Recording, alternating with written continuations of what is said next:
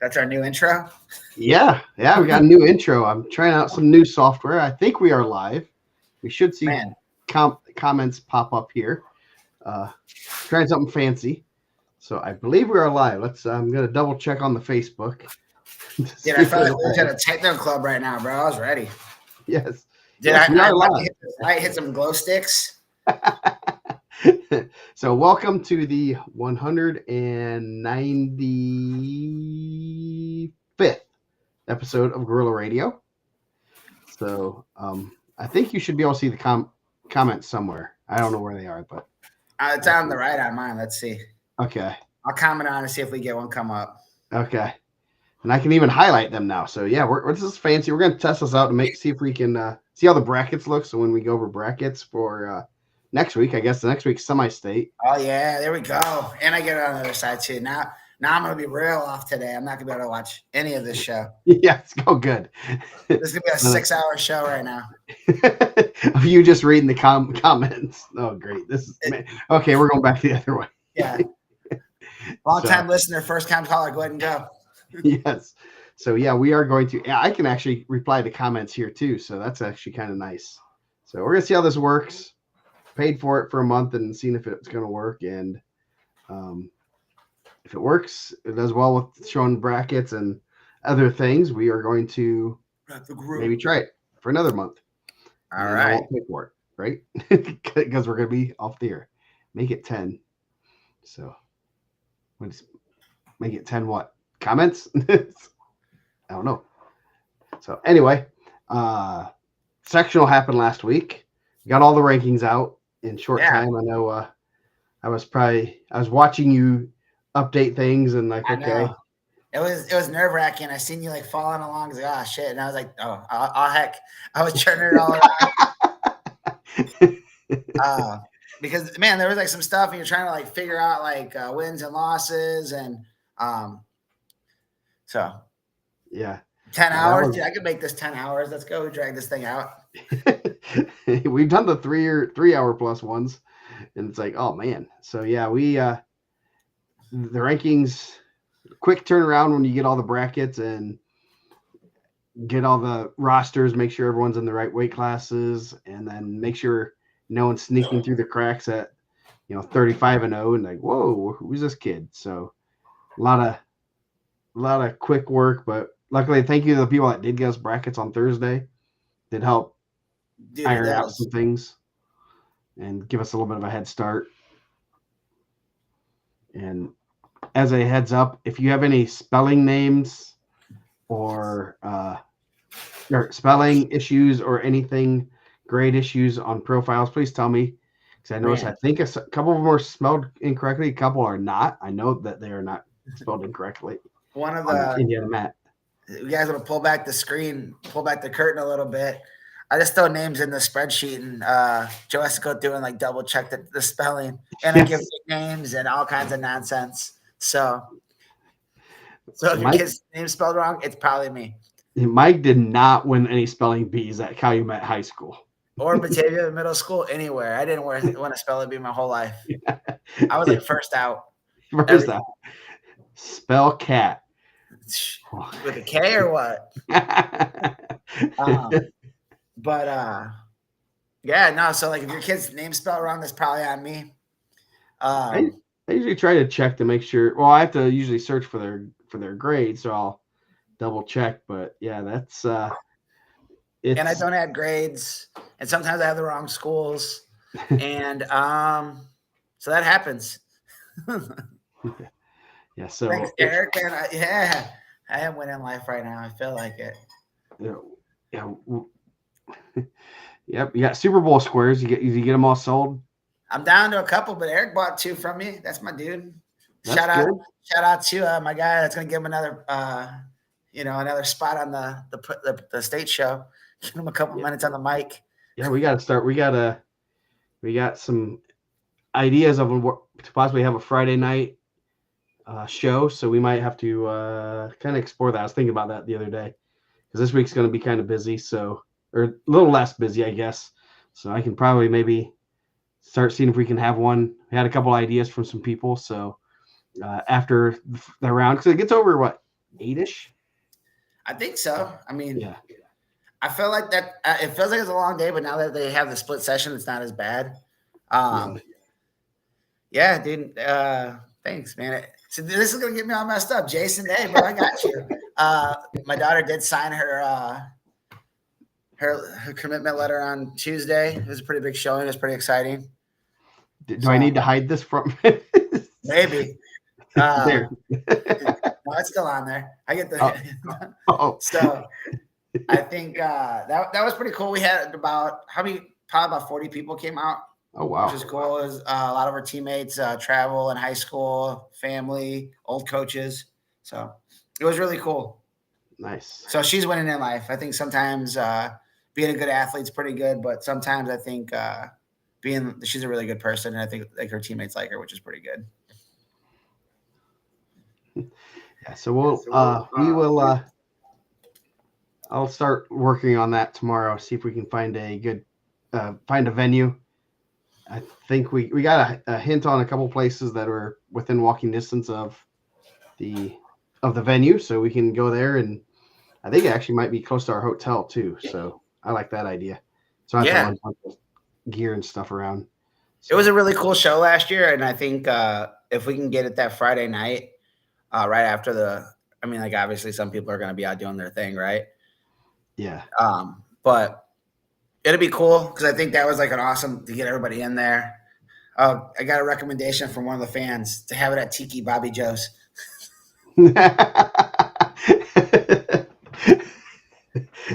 That's an insider joke. Bobby Joe, Tiki Bob's downtown. Bobby Joe loves him some Tiki Bobby Joe's. You can ask Cameron Sackon. One time we lost him there and it was negative degrees. And somehow Hector Mendez found him wandering the streets of Indianapolis. Nice. And saved his life. He didn't have a jacket. Yes. Yeah. Hector literally came up and said, "Hey, this guy said he knows you." And I swear he got into a taxi or someone's random car. So I'm happy he's alive. Yeah, yes. We are all help. He helped with getting all the rosters in.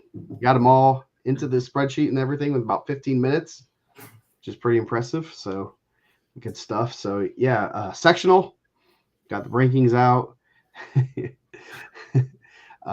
Man. Dinger, Tiki Bobby Joe's is closed now? I bet, bro. The place had sticky floors. You go in there, man. Don't wear nice shoes. Don't worry. Oh boy, this is going to be a fun episode. Yeah, we got the rankings out. Yeah. Nothing. We already had all the top four, so you couldn't really change those. Yeah, I mean, I think we kind of talked about it. And I had to think about it like halfway through. I was like, oh man, did I change any of the top four? Because I told him I wasn't going to do that. We ended up having some guys pull out. Yes. Late. And we did update the rankings. We have up until the first whistle. That is our rule. And now the rankings are locked. They will not change. I'll get out some updated power polls. I don't think much will change. And I know some people will be upset, especially Yorktown people, because Yorktown beat Delta, but Delta still has their hammers. Man, huge win for Yorktown too. That was pretty awesome. Yeah, that's a pretty solid upset. Obviously, sectional is a little bit more condensed when you're having all 14 guys there. Regional is going to get a little bit tougher because you're going to start losing more guys, especially that first round. So that should be a good regional, I think, for team wise. See who comes out on top. I haven't dissected the brackets yet, but you have 3 or 4 teams that are really good, and it's going to take teams with a lot of those guys that make it through. So, I mean, I could see Adams Central, Belmont, Yorktown, Delta, Jay County they're all in contention there. Yeah, I mean, those are always like pretty. I mean, you always have the top teams, but those are always pretty highly contested. Regionals. I think it's pretty good. Yeah. Biggest upsets. What were the biggest upsets you saw this week? We only had one number 1 go down, which I mean that's usually an upset. I mean, he didn't get put out of the bracket, but I think he was the only one in the top 4 to lose, right? Yeah, I think so. Um, yeah, Cameron Hazlett over Lucas Szymborski at Crown Point. I was kind of watching online, and then I stepped away for a little bit, and our on-site representative Eric Thomas said, "Well, that's a crazy upset," and I was like, "What?" And I was like, "I thought he was talking about Teague," and I was like, "Dude, Teague's he was the number one seed, and he's ranked higher than everyone in the sectional. Like, how's that an upset?" I was about to talk trash, and then I started looking at the results. I was like, "Oh man, that's crazy." Um, I think early on, and I mean, you rank a freshman pretty high. I think he's been, top 6 or 7 the entire year. And some people are giving us a hard time. And obviously, you have the stat where no one higher than 130 pounds has won a state title as a freshman since Blake Maurer in 2001. Mauer's the last one at 130, but before that, it was like 1940. Estel Ritter. Yeah. So he's really talented, man. He's really talented. I didn't think that he wrestled, and I didn't go back and watch the match, but I don't think that Hazlett wrestled as well as I thought he could have at Al Smith. He looked a little timid, and it sounded like this one was a little bit closer. And then, if it's close, anything can happen, especially at the bigger guys. Yeah, that was a big win, and obviously they're gonna run it back this week most likely. Who else is? Oh yeah, there was another one. Yeah, heavyweight had lots of craziness. Yeah, I mean, with a there's a lot of guys that are gonna have tough draws. Or I mean, obviously there's gonna be a tough draw at the regional over there, but is that the Carroll Regional? Is that who hosts the Carroll? At the Carroll Regional, there's a tough draw at heavyweight first round, but East Chicago is pretty good at heavyweight across the board. And I think you're going to have the runner-up out of Crown Point coming out, which would be pretty tough, whether it's going to be Hazlett or Szymborski. And you'll have the runner-up of coming out of oh, yeah, there's another top 4. I mean, Bartosiak is top 4 too. But you'll have another one coming out over there. So, like, you'll have Declan Gard and Cam Kaufman. Runner-up there is going to hit somebody that's pretty good. So, Luke Juris beat Tristan Machende. So, a lot of craziness at East Chicago at the heavyweights. Heavyweight's pretty good, and it's pretty even in East Chicago, and it is kind of separated a little bit because each regional, the 3 main regionals. Oh, don't say that. Don't say that. I mean, I understand that I want some tacos off somebody before by doing these bets, but don't say that. Yeah.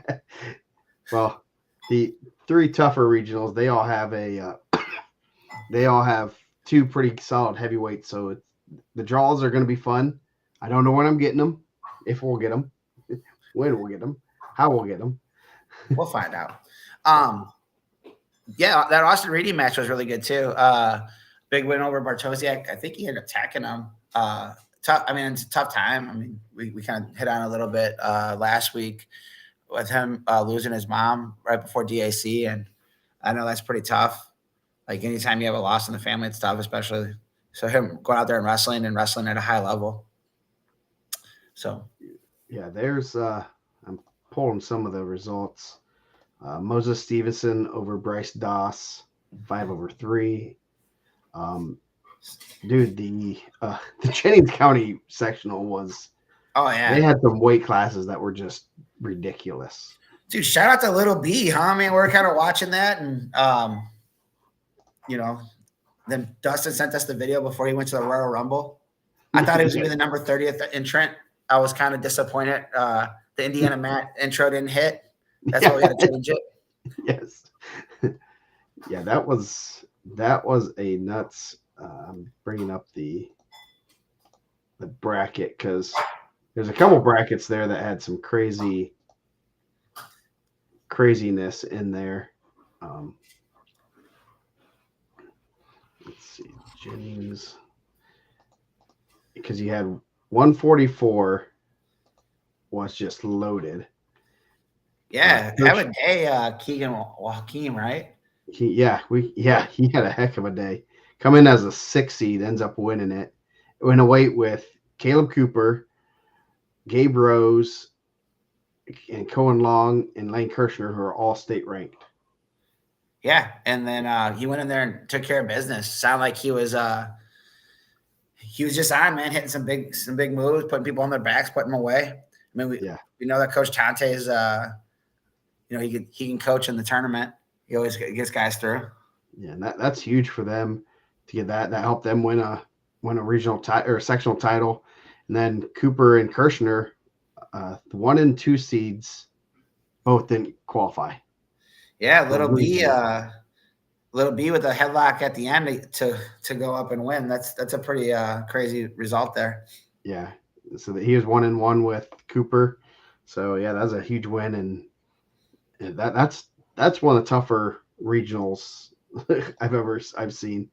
And then the 138, Peyton Richards over Justice Thornton. Thornton beat Bo Jackson in the semis, and then you had Caleb Kirkpatrick on the other side of that bracket. So yeah, that's a pretty tough 4 coming out. Yeah. So yeah, Jennings County is kind of a sneaky good sectional. Yeah, and dude, I think a lot of those guys have put in the work. Obviously, we know Columbus East and Madison's getting a lot better. You see a lot of their results, and Switzerland County's got a lot better the last couple of years. Yeah, Franklin Columbus North. Yeah, Columbus North has some solid kids. Franklin's a pretty solid team. Yeah, so just chock full of just solid teams, top to bottom. Teams with solid kids. The top 6 teams all have. Indian Creek has a real good team. I mean, and I'm sure some of those guys were happy to get, because Franklin used to be at Mooresville, right? I'm sure they're happy not to be at Mooresville. Didn't get much easier though. So. No, that's a tough. Well, who feeds into that sectional?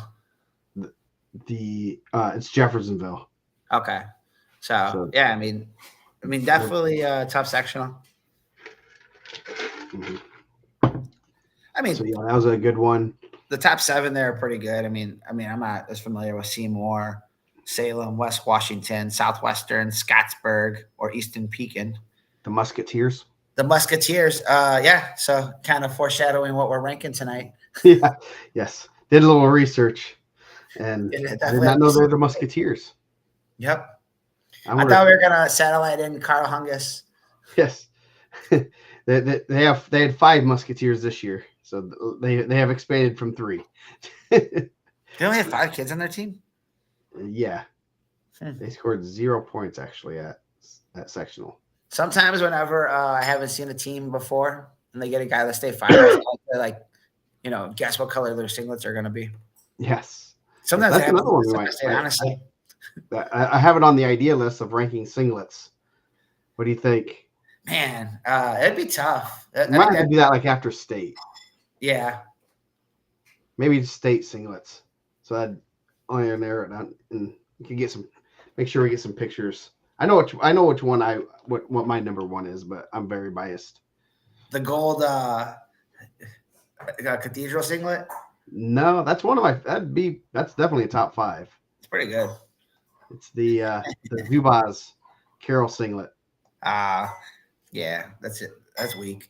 Come on. It's a cool singlet. No one else has them. So, what other sectionals do we want to talk about? Any craziness that goes on at any of the other ones? Really not very many. Nope, real close team races. I mean, I think that the Carroll sectional ended up being, it wasn't super close. We thought it could be closer when Field ended up not being in the bracket. I mean, that's a lot of points, but they still ended up winning by 40. I thought Eastside had a pretty good day there. I mean, you were obviously there. Like you were in the building. Kissing babies. DeKalb County took over. They're going to annex Allen County because they had Garrett had 6 champs, and so did Eastside. Eastside went 6 for 6 in the finals, which is just ridiculous. They're pretty good. They had reversed a couple losses from earlier in the season, and some other kids beat some guys that they've never beaten in their careers, and just went out there and they had a really good final round. And kind of, we always say it, but people don't they always try to hem haw like, oh, there's no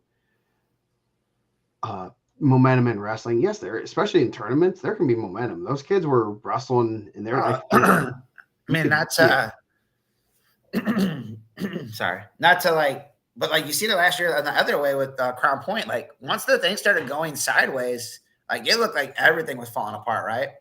Yeah, yeah, and it can go both ways. If a kid gets upset that everyone always relies on winning, and it's like, oh no, what's going on? What are we, you start questioning yourself. And Eastside looked real good. I have launched an investigation into the McDonald's in Butler. Their secret sauce might have a little bit more, a little Forget, bit more a secret in it. So we're gonna, and then forget. obviously the Garrett Subway. Uh, that one's they're still getting back to me because they still have like 16 customers waiting to do their sandwiches. Might be the slowest Subway ever. Man, do you want to hear a funny Subway story? Yeah, sure. Man, when we were going to Tennessee this fall, we stopped at the Subway in Columbus, bro, right off of 65. So if you frequent this Columbus Subway, you probably have a good idea what's going to happen. So we go in there, and Kim really wanted Subway, and I'm not like a huge Subway fan, but I was like, all right, cool, we'll go. And dude, like she'd been talking about Subway for like an hour. I was like, we're not going to stop. So we ended up stopping to get gas. She's like, cool, there's a Subway right here. We go in. She gets cold cut trio or whatever. I think she gets cold cut trio or whatever. It doesn't matter. And she's like, I'm gonna get a foot long. I'm like, cool. And there's only like two people working there. It's super slow. And this dude's like, you want mayonnaise and mustard? She's like, yeah. And dude, I'm telling you, he put like a whole bottle of mayonnaise and mustard on the sandwich. And like, it was like so much. I looked over and she was like shocked. She didn't even say anything. And I was like, oh, I was like, man, that's a lot of mustard and mayonnaise. And he was like, cool, good. And she's like, I guess. And he like wraps it up. And it's like oozing out mayonnaise. And I'm like, he's like, what about you? I was like, can we go light mayonnaise on that? She did not eat that sandwich. She was, bro, Keith Murphy, dude, I'm telling you, I wish I would have did this show before so I'd have known. We would have never ate Subway there. Dude, so if you go there, and this is a little tip, if you're in Columbus and you're right by 65, ask for light mayonnaise because they go heavy. Man, life tips we give on this show, and we have a travel tournament there this summer, so I'm definitely going to. If we go that Subway, I'm going to tell everyone light mayo. Dude, it was bad. It was so bad.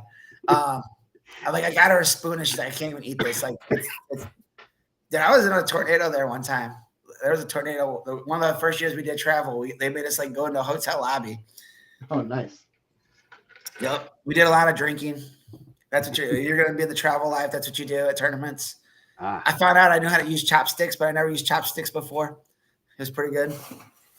Yeah, so I guess state will be a good testing for my liver. I gotta get it back into shape, I guess. Back to the college. Columbus, Indiana. Yep, dude. Columbus, Indiana, right there, right off of 65 Subway. You think Ratliff takes his family out to eat? Dude, we should. Dude, like 25 Ratliff, kids. you're so right, man. I said the same exact thing. He said he should have went to Jimmy John's. I said, dude, it was right there. I said, let's go to Jimmy John's. She's like, I really want Subway. And you know, it's crazy because she doesn't even like Subway. We have a Subway right here in Lowell. We never eat it, ever. Nice. So yeah, back to the yes. So the Garrett Subway is still working on my sandwiches from 1997. So so yeah, they but Garrett ended up winning. Eastside had a real good day. Carroll had a pretty solid day. Carroll's program's going in a good direction. A lot of young kids. Heavyweight was. This will kind of lead into my kind of semi rant I want to go on today because I think we have to go on a rant, don't we? I don't have any rants today, so we're ready, man. Are we gonna go at the end yeah. though? I even have notes on this rant, but heavyweight and was a little bit. I don't want to say it was misseeded because based on the criteria, the seeds fell right, but basically the two best kids were on the bottom half of the bracket.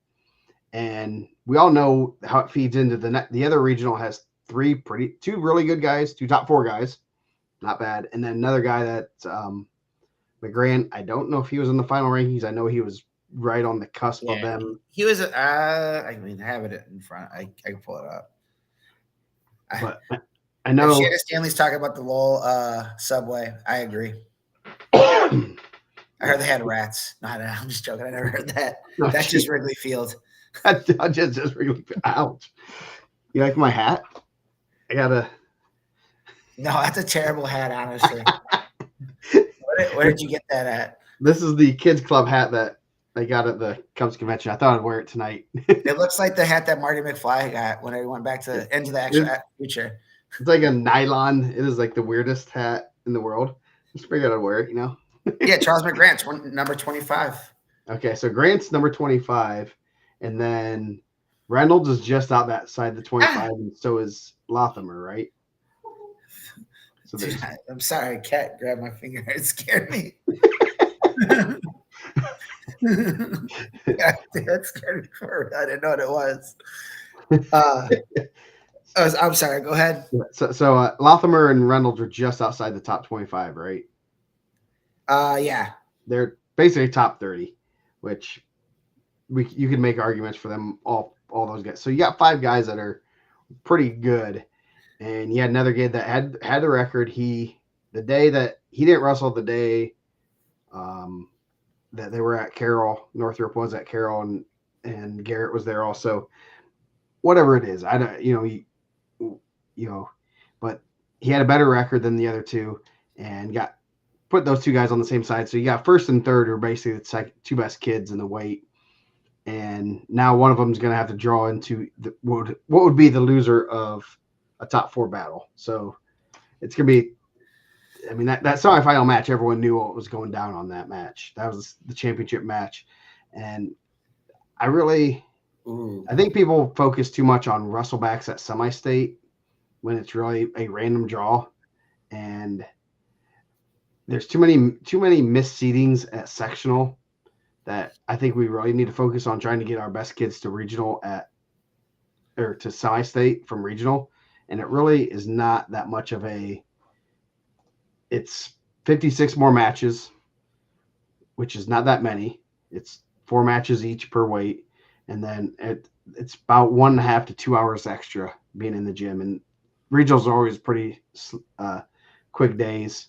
If you have 4 mats, it's probably at most an hour and a half. If you have 3 mats, it's about 2 hours max.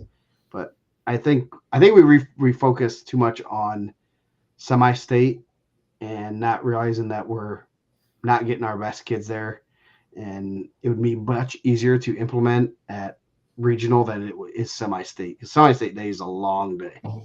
Man, yeah, we're past the actual wrestleback part of our state tournament, so yes. Now we're on to the non-wrestleback winner go home bracket part of the next 3 rounds, right? Yeah, the tough guy part of our state series. Are we ranting right now, or are we waiting to the exact? Dude, I have a theory on this, and it's an unpopular theory. Go ahead. We're ranting on it, and I think I know where your theory is because you've said it. It did, and anytime I tell people this, they tell me I'm crazy. I think that we don't have wrestleback. We don't push wrestlebacks to the IHSAA because coaches that don't get their guys prepared are looking to sneak a guy through instead of the guys that are the best guys that are getting through. I think they like that they could sneak a guy through. And whether people can go on here and say, oh, that's not true. Like, I would be willing to bet if we gave some people some truth serum, they'd be like, yeah, my guy didn't have a chance. We like that we can pull off an upset and get a guy through, or get a draw and get a guy through. And that's why we battle for those seeds at the sectional, so we can kind of find a way, weasel our way through. It's like, well, I'm fighting for my kid. Or take the same energy and train your kid. Yeah, you're not. I've after you've brought that up, and I've kind of thought about that, I don't think you're wrong. I think it also helps. It gives. I mean, if there were wrestlebacks, how many more Brownsburg, Crown Point, Center Grove, Cathedral, Warren Central? Let's just name the top 20 teams. How many more of those kids would go to state? Yeah, I mean, how many of those would replace? And I'm not going to name schools, but some of the smaller schools that aren't getting kids there. They're getting kids there once every 8 to 10 years. But do you think that's not the right way? Okay, if that's the theory, then why? Then it should be classed. Yeah. Honestly, and I'm not saying we have one class and that's fine. I'm sure if you ask whatever small, tiny school that hasn't had a state qualifier in the last 25 years, if they wanted a class tournament, I'm sure that they'd be like, yeah, like we have 0% chance against the Brownsburgs, the Crown Points, the Yeah. Warren Centrals, the Cathedrals, the Center Groves. Um, but like we look at it, like obviously I have zero vested interest in it because I'm just a guy that does rankings and my kids play softball. I don't have any kids that wrestle. I like having the single tournament. I like being, kind of unique in the country, but I think that we don't fight for wrestle. Like I really do feel like we don't fight for wrestlebacks because I don't think that I think coaches want to find a way to get a guy through instead of getting the best guys to state.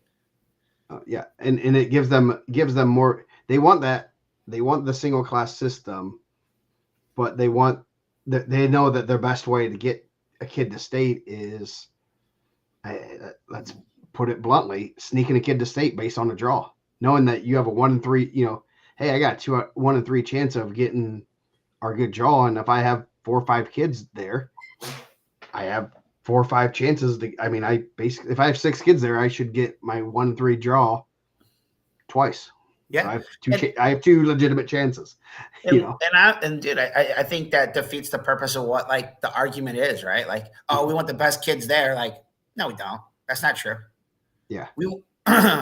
I mean, obviously, we like that they have that because we get a huge turnout for the semi-state shows. Semi-state shows might be our biggest show because people are like want to hear about the death draws, and it sucks. It's gonna suck for some kids that like probably belong there that worked their whole life or worked, the last however long they've been on. What do they always say? Like he's on a mission. However long he's been on this mission to get to state. It's gonna suck because there's gonna be guys that are really good that are not gonna get there. And I'm not saying that the guy that does get there is really good, but I'd be willing to bet if you said, "Cool, man, why don't you wrestle that guy for a ticket?" Then they'd be like, "Nah, man, that's not what we're gonna do." Yeah. Oh yeah. Yeah. No, you're right on, and I think that's one reason. That's an unpopular opinion. Yeah, it's still that's why some coaches are. That's why there's actually when they put the votes out, and there's still, it's not overwhelming. It is like a 60-40. It's Bro, not. when you go to a wrestling tournament, you're going to be there all day. You just know it is like it's not like, oh, I'm going to add another 2 hours. It's an all day event. Yeah. If you didn't pack a lunch, you better do some research and find out where you can go. Like, obviously, we're not going to Subway. There aren't any sectional regionals in Columbus. Dude, I mean, there's not I don't know where the closest Subway to East Chicago Central is at, but man, but I just really do think that that's part of the reasoning of it, and I'm sure I'll get 100 texts. I don't get 100. I'll get 5 texts tomorrow telling me I'm wrong, and I don't think so. Yeah. Oh, it's not the top 10, 20 teams because those teams would be the ones that benefit the most from having wrestlebacks. Oh yeah, like every year there's a kid that gets left in the. I think it's not even like the upset. Yeah, hold the mustard to mail for sure. It's not even the upset that's like they're like, well, you're taking away from the kid that won that match. It's not even that. It's the guy that's like, you're getting 2 medalists for a ticket. I think that's I just think that's a dumb way to especially when the team points are scored off of that's how the team title's won now. Yeah. Yeah. I think we should try to get our best 16 there. I agree.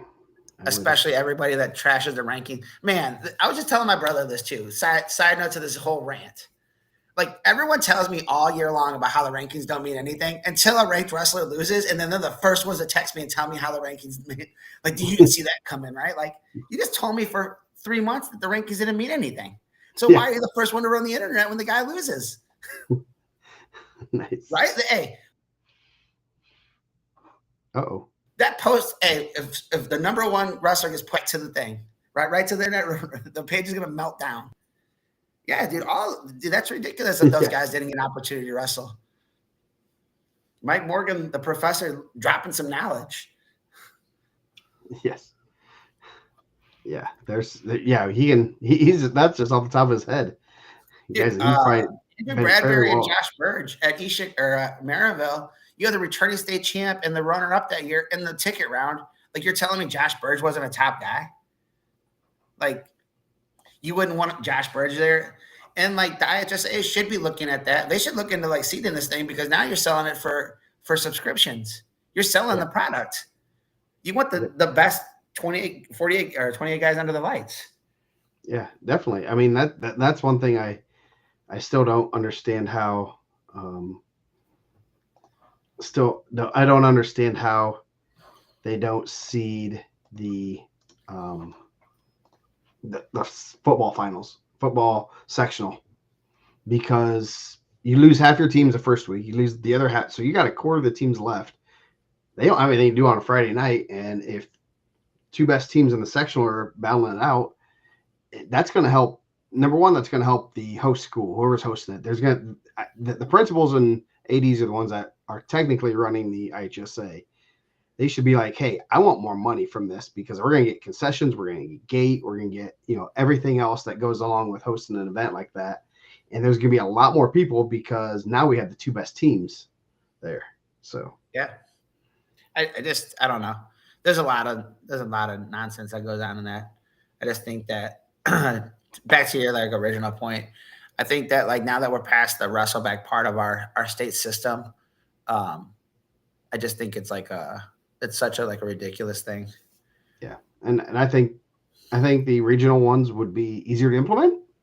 I think they'd be good for it. It just like I know we saw that there was supposed to be a wrestler that was pretty good. I think they ended up seeding him, but yeah, coach didn't have enough weigh-ins, and which is as a new coach, no, it's a lot of stuff for coach. Trust me, it's a ton of stuff for coaches to manage weigh-ins. You got to get the green weigh-ins. They got to have one here. You got to make sure they have 6 of them. They got this and that.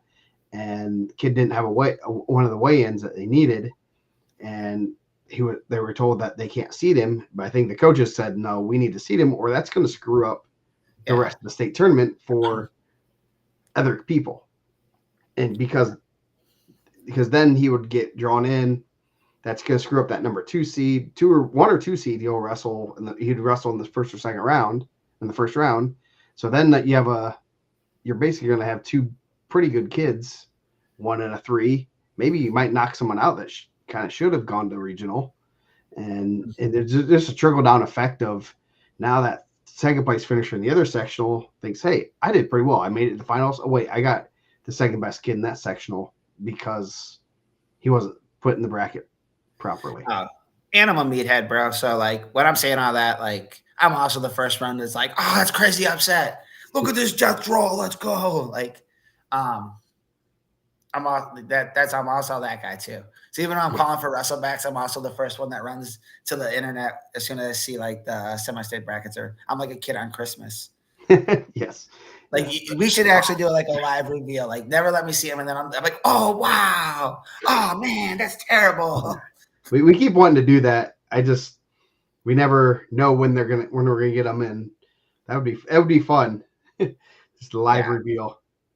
A lot of forfeits in the sectional. Honestly, like there's a lot of kind of like I try to do all the sectional brackets to like feed into the regional when I'm doing the semi-state rankings, and there was a ton of forfeits. Actually, is there less forfeits? Well, it's one of those weird things that the teams with like 3 or less kids, they don't have forfeits in the bracket. They just have buys. But it's pretty much similar to what last year was. Technically, if you add forfeits there's 5 or 6 teams with 3 or 4 less kids.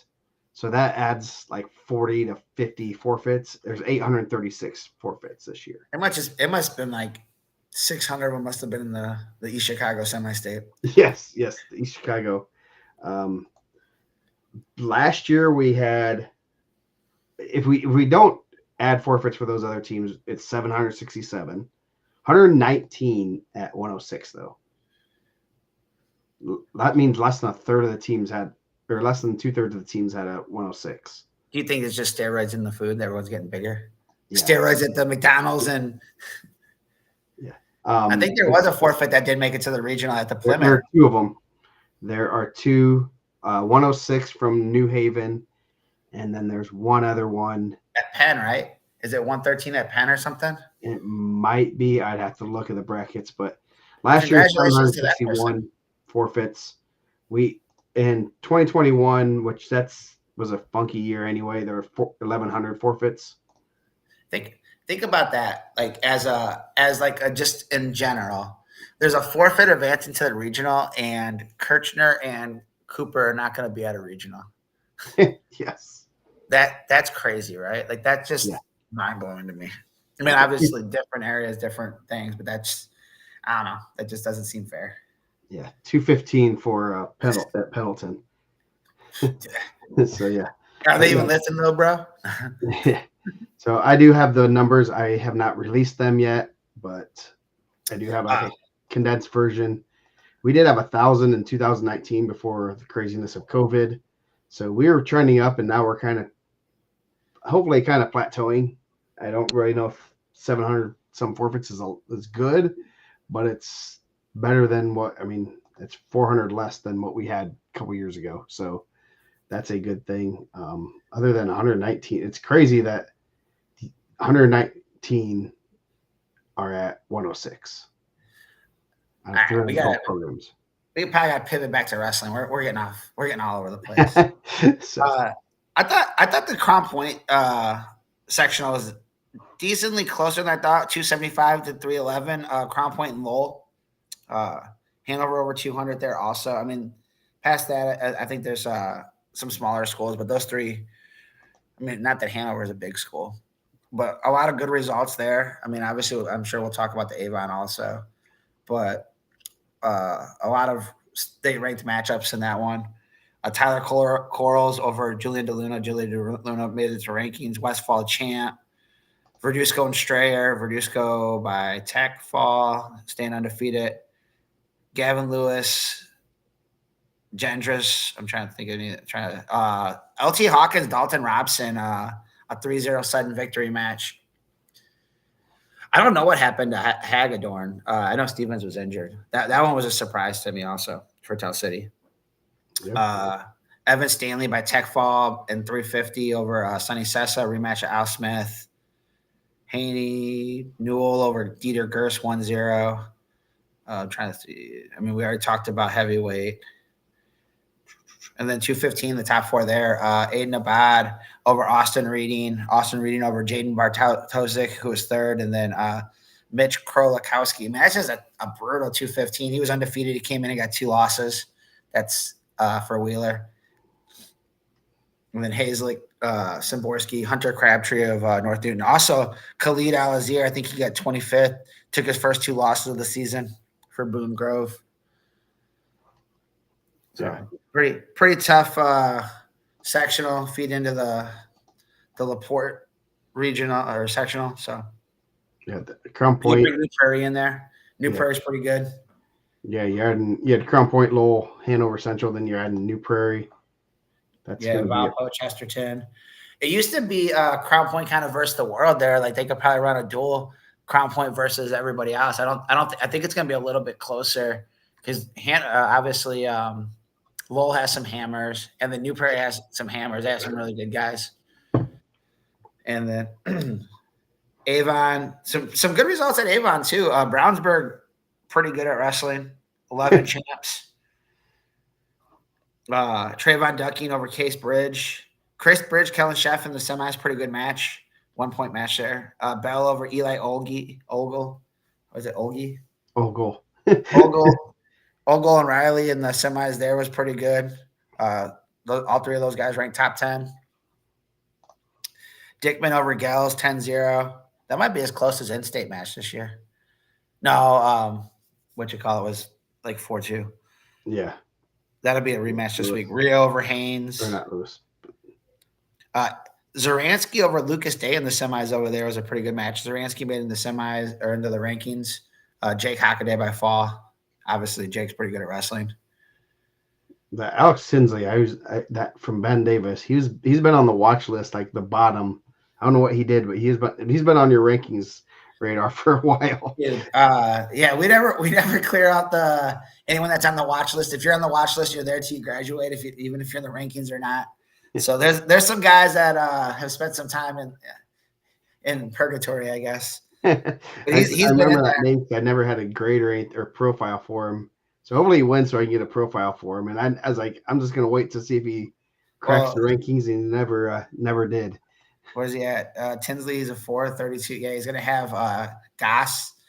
So that'll be a tough one. It'll be a good match. Hutchinson and Lucas Day first match at regional over there. Ooh.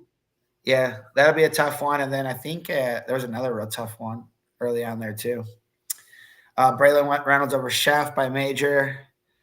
Tommy Gibb over Chase Klein. Seth Syra over Parker Reynolds again. 30-second fall. Pinned him twice this year. Wow. So That's pretty impressive. Yeah.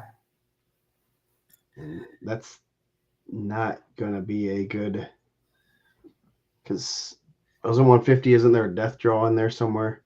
I mean, I think those guys are probably the two guys. I mean, Lincoln Cooper is pretty good. I mean, I don't think Seth Syra is going to lose to Chase Stevens this year. I think he's lost to him the last 2 years. So It's gonna be kind of hard, a little bit harder this year. yeah, it'll be tougher. It'll be if that happens, then it's gonna be pretty surprising. Griffin Larson over Tyler Sandusky. Corbin Aiken for I think he kind of gets the short end of the stick. They go to a lot of national stuff, and I think he's one of the only Brownsburg guys not ranked. So congratulations to Corbin Aiken for winning the sectional over there. Were they quick pins? I think he kind of cut the corner and cradled them both times. One was an overtime pin, and the other one was I think this one was kind of same thing. Got into a shot, and I think they said he cradled them up. Great. It seems like they had figured something out, and that's kind of what I was telling somebody. Sometimes they figure something out, and you can beat everybody in the state, but that guy might just have your number. You guys see him a lot. I mean, those guys see each other. Avon and Brownsburg, teams like that see each other a lot. And the thing is, it could be, who's the Jimtown kid? That they, who was the Jimtown, the Corp, who kept losing to the same guy every week, and then ends up someone else knocks him off. Then he ends up winning state, and that didn't win sectional, regional, or semi-state. I mean, that happens a lot. Look at what was it? Chase was it Chase Thompson for Frankfurt? Kept beating Jason Woodson and then gets knocked off, and then Jason Woodson gets there. Hector Mendez couldn't beat Andre Hernandez his senior year. I bet he had 6 losses. Andy Ule owned. Dude, Andy Ule. I don't know if they ever wrestled in college, but I think Andre had 7 losses in his career, but Andy Ule was 3 of them. I think they did they. Well, Andy, answer me. Gunnar Henry for a title, Caden Brewer over Grant Stewart by fall, and Max Forrester over Keegan Maury Shields. I bet those are some big boys. 4-2. Those are some big athletic heavyweights that move pretty good.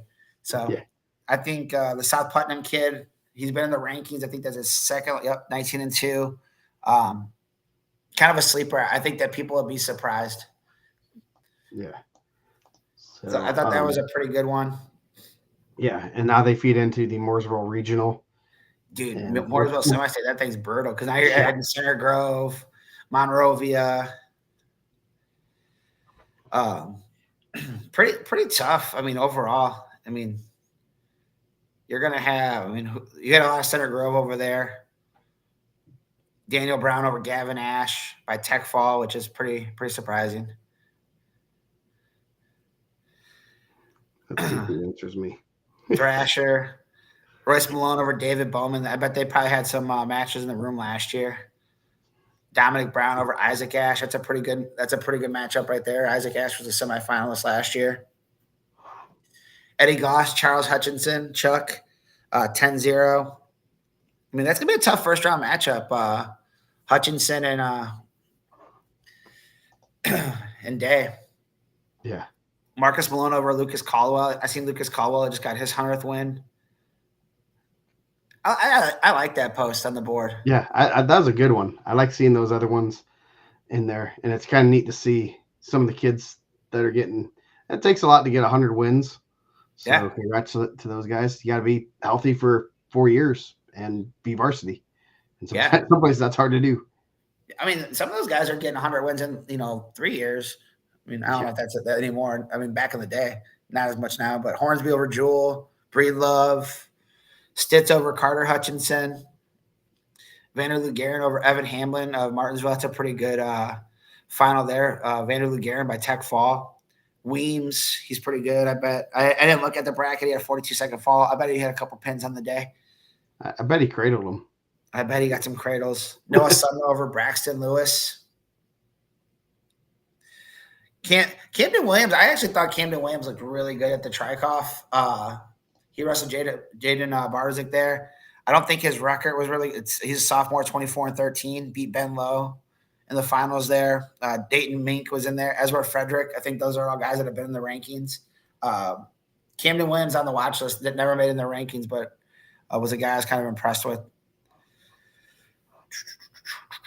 And then Jason Guevara, Whiteland over Bryce Johnson at Decatur Central. So they're feeding into probably the toughest regional in the state. Would you agree? I don't think anyone would disagree. Dude, that thing's pretty nasty. Yeah, there are state qualifiers left at home. More than I can say, there's 3 or 4 regionals that won't get as many state qualifiers that are probably going to be left at home. Oh, dude, I totally agree. I mean, does every regional get state qualifier? I mean, we're kind of giving Logansport the business. They usually get about 6 a year. I think 6.5 is the over under for those guys. Usually they do. There've been, I think, Jeffersonville.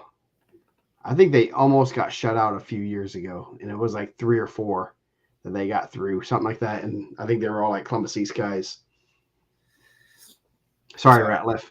But yeah, that's good, man. I'm sure you guys will be able to refresh our. But there's one that was like, it was really, they didn't get very many, and technically everyone should get 7, right? Yeah. So. Yeah. Actually 14. Sorry, 14. Everyone should get 14. That should be that's the Mendoza line. I probably should have looked at the upset post on the board. Always a great post this time of year too. Yeah, Speedway Wrestler got a flagrant, and so 5th place finisher is already going to be at Avon. 4th place fish. The spark plug got a little sparky, and he ended up getting flagranted out, and the 5th place finisher's gonna. You just gotta keep. I mean, like I think you can be angry all year, but that's probably not the time you want to be angry, right? Yeah. Yes. Yeah. Oh yeah, man. I take that parlay all day long. That lot chin whip and a spladle. Man, the spladle's gonna be a tough one. But you do that modern day there, and they do like to hit spladles. Chin whips and headlock for sure. Yes. Man, Brian Alper's trying to bring that heat, boy. just go to the Facebook post with the rankings. You can tell people's opinions on that question. Man, how about dude, she's the highest returning medalist in the weight, and she's undefeated. And I honestly really, I feel bad. I actually asked a couple people. I feel bad about having Shutley too, because Shutley's a returning state champ that's undefeated, and I put Case Bell number 1 from the beginning. But the ranking's the ranking. I don't think you can pick whoever you want in the pick'ems. But those freshmen are really good. They're tough, but they're also freshmen, and she's gonna be strong, and she's got the experience. 2 girls placing. I think whatever semi-states, and fingers crossed, I hope it's not East Chicago that hits. I hope it is. Dude, it's gonna. That'll start the day off really well. Whoever draws Evansville at 106 is gonna be a really tough first round. Oh yeah. Evansville stacked at 106, and I bet they're 8 deep, right? They're probably their second row now that I would beat all the champs. But I think that second row of Evansville would probably compete too. She's really good. Andy's not wrong. I think that I just thought that post went off the rails so hard. That was crazy, right? I've never seen, and that's not even a screen name. I'm gonna go behind a screen name and trash people. It was I'm gonna use my actual Facebook and go out here and throw bombs. I was dang. And then some of the other ones just had 6 comments. Like, I know that one got pretty heated. I'm like, hey, yeah, and she's hey, good. She's everyone's good, entitled to their opinion. I mean, and that's what makes America great, I guess. That we yeah, all can just say what she's we good, want and so whenever are we those want to. freshmen. There are a lot of good freshmen, and it's going to be interesting to see how that shakes out. Like you said, if it's a Friday night with Evansville, I don't like Fort Wayne's key. I don't like Fort Wayne's matchups there. I don't. I hope we get one. Dude, hey, same, bro. I don't. If they draw East Chicago, it's going to be tough. And I'm not like trashing. Those are my guys too. Um, like Sam Westfall, his uncle coaches with us. Cruz Aweta, I've known Mario, the dad, forever. He was like the resource officer at Calumet for a while. He's a good dude. I've known him forever. Um, I don't want that matchup for those guys. If those guys get through, obviously, like you never know. But dude, that's Evansville's deep. Evansville's good at 106 pounds. Man, if Evansville and Newcastle match up, that's going to be because not only do you have those potential matchups, but you also have the potential that Ducking and Brown most likely would be opposite side, but Maddox and St. Laurent could be same side, so they could be 1 and 3. So Yeah. you could have a St. Laurent Ducking or Brown match Friday night or Crawl. Caleb, I mean, yeah, Crawl, who's a returning state qualifier. Caleb Morrow, who's a returning state qualifier. yeah, and It's yeah. So and I that's guess throwing. I'm not throwing it in Bridge, or Bridge is going to be right in that mix too. yeah. I mean, he's Ash is beaten a returning state Ducking. qualifier Yeah, at 113 coming down. the 106 pound the regional the Mooresville regional is just going to be just ugly at Dude, the 106. top four out of that's gonna be nasty. Yeah, Like you're talking Ducking, Brown, and Brown's had his number, but Brown lost to Bridge. I'm sure Brownsburg wouldn't mind seeing Bridge beat Brown again, right? And then you go the other way, and then you have Chef and Ducking. So it's gonna be tough. yeah. And then, dude, you throw in some other guys. Jackson Jean's pretty tough out there. Tommy Wynn, Alden Walker, Carson Batchelor, Castle. Like, dude, that's a deep, deep semi-state at 106. Like, there's some other semi-states that are struggling to find 10 like legitimate guys that think they can get the state, and that one's probably got. I bet Dustin probably could have won 14 on that. Oh yeah. Of tough guys. Patrick Doherty or Patrick Dowdy. Both of them are pretty tough. I don't know Patrick Doherty. If he might be tough too, but Indian Creek's got some really tough freshmen. Patrick Dowdy is really good. Well, considering most of the forfeits at 106, I think we're in Evansville because they just said screw it. I'm going to go up to 113. maybe I'm wrong, but there seem to be a lot there. So yeah, it's gonna be tough. Do I think that like Ocampo could win it? Dude, I hope she does. I think it'd be cool. I think it'd be cool Saturday night to see her under the lights to kick it off. I bet it'd be loud. oh yeah, It'll get loud. Put a lot of eyeballs on the state. Yeah, so it'll be interesting to see how that goes. I mean, man, either way, you're gonna have to go through most likely. You might have to go to win a state title if you're not an Evansville guy. You're gonna have to go through 3 Evansville wrestlers. Oh yeah. There's a. I've had this. Say that the person in the finals will have to go through 3 Evansville people, maybe 4. Dude, I just had this talk about at 138 with Evan Stanley being number 1. Like to win a title, you're gonna have to go through Reynolds and Schaefer. Like if he's gonna like be the number 1 at the end, he's gonna have to beat both of them. Probably those guys are pretty elite, right? Dude, she's already made history, man. Like across the board. Yeah.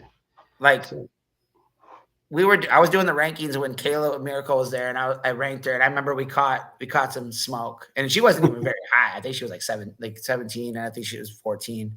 But obviously she's an Olympian.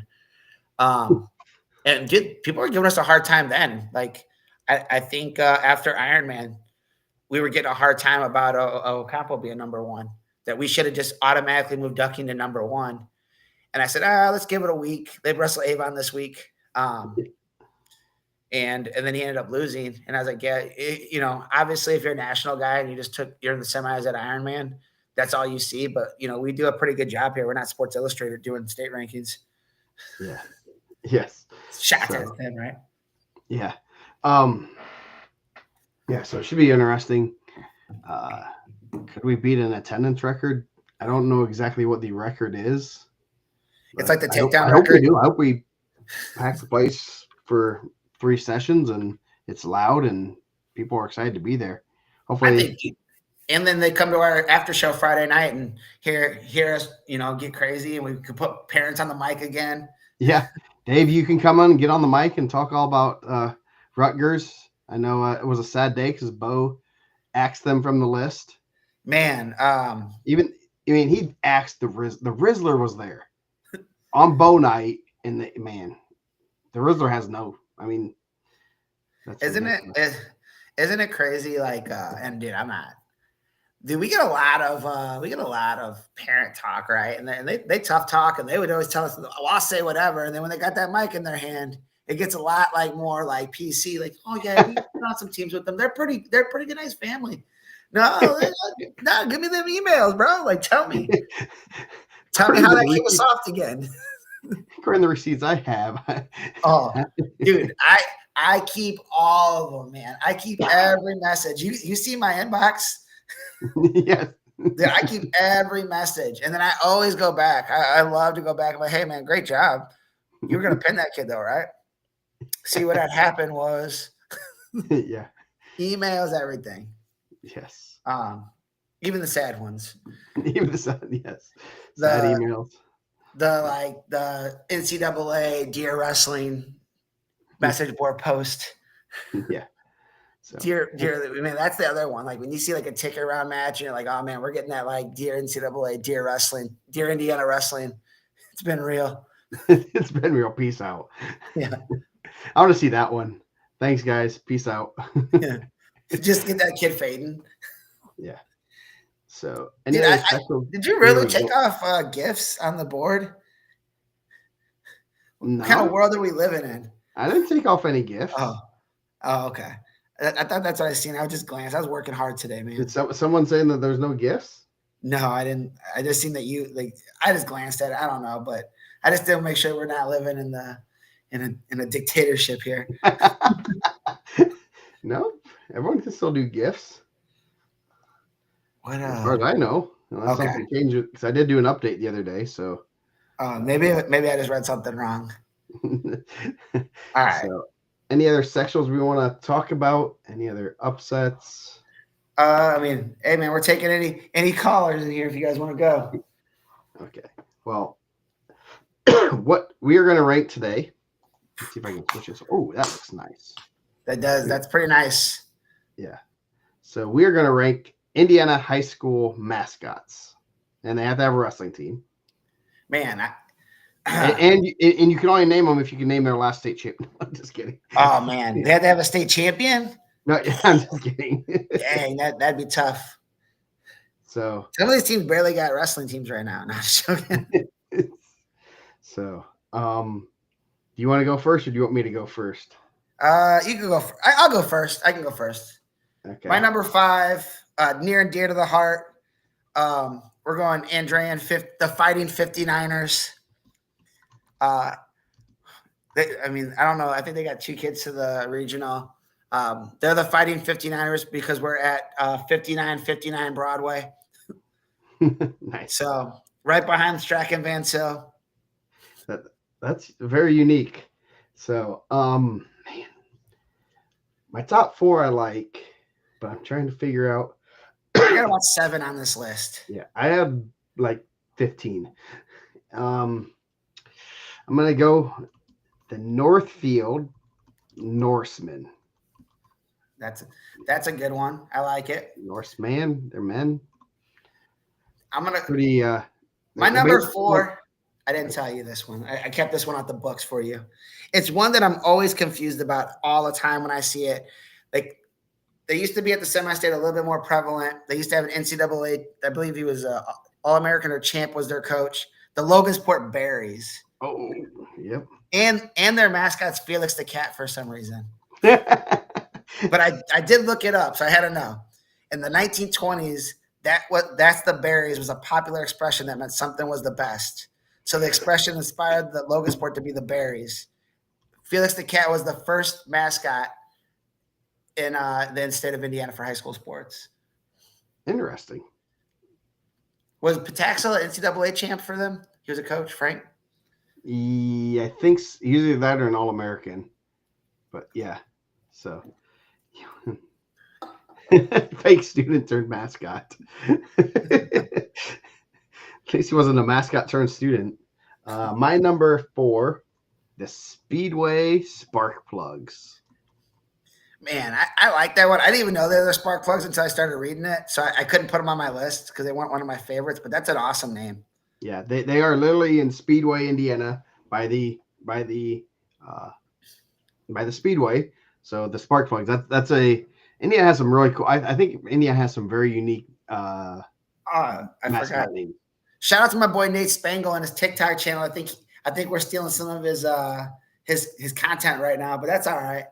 Yeah, he'll get over I'll it. have some drinks. We're good. What's your number 3? Joseph Mendoza in the rankings, man. Congratulations on the sectional championship. Bisons. That's not my number 3, though. My number 3, the Noblesville Millers. I like to call them the Fighting Weimers, but also looked it up because I thought that was an interesting name. I thought maybe it was someone because they used to mill flour there in the area for the Noblesville Milling Company, which offered to provide uniforms for the local high schools in exchange for adopting the Millers nickname. Nice. See, now I'm gonna have to look up my number 3. What's your number 3? I can't tell you.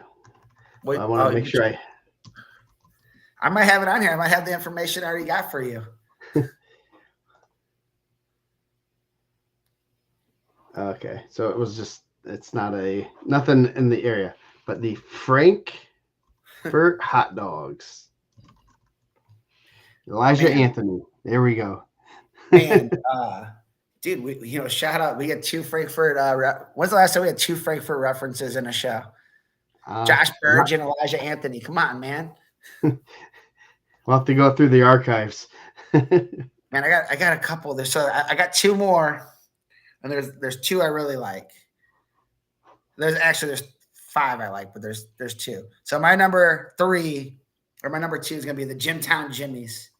I have no clue why they're called the Jimtown Jimmies. I just always thought that was a unique name. I actually thought someone was like lying when they told me that they're the Jimtown Jimmies. Shout out to Caleb Spires. Caleb Spires, yes. What? There is a reason behind it. I think it's just, but, and I think I may have stole your number 1. Probably. And my number 2 is the Hobart, or is it Hobart? Hobart. Brickies.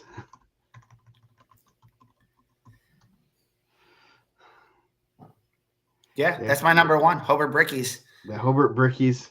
They used to source brick out of Hobart. I'm sure Joe Hansen can give us the whole history. Johan, they have Johan as the mascot, looks just like Coach Balish. Nice. Yes. Yeah. Yeah. No, that's just such a cool nickname and it has a good rich history. So it's not like Warriors or. Dang, come on, why you gotta go there, man? The Chargers, but my number 1, very biased, but is a very unique name, the Garrett Railroaders. I believe there's a website that had, I don't know exactly how many states they checked, but there's only like 15 railroader nicknames in the country, which is kind of cool. So, do you want to go over your most hated? Oh man, I kind of did know. I just feel like some of them are played out. Man, the Warriors are played out. There's a lot of Warriors. Like there's a lot of I think we could have did. I could have said Bulldogs. I'm sure there's a lot of people that think that they're like, oh yeah, he probably loves the Bulldogs. I mean, everybody that's ranked number 1's the Bulldogs, right? 6 is a Bulldog. 13 is a bulldog. 20 is a bulldog. 26 is a bulldog. 32 is a bulldog. Yes. 38 is a red devil. So at 38 is the first non-bulldog, ranked number 1. 44 is a what are they? The Wildcats. What is Cougars?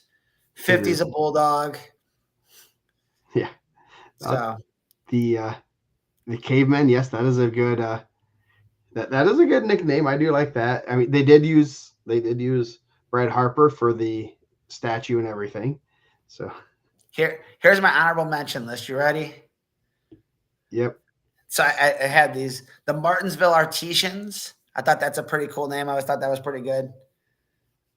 The LaPorte Slicers, because it originates from the prominent meat slicing company that was located in LaPorte, Indiana in the 1800s.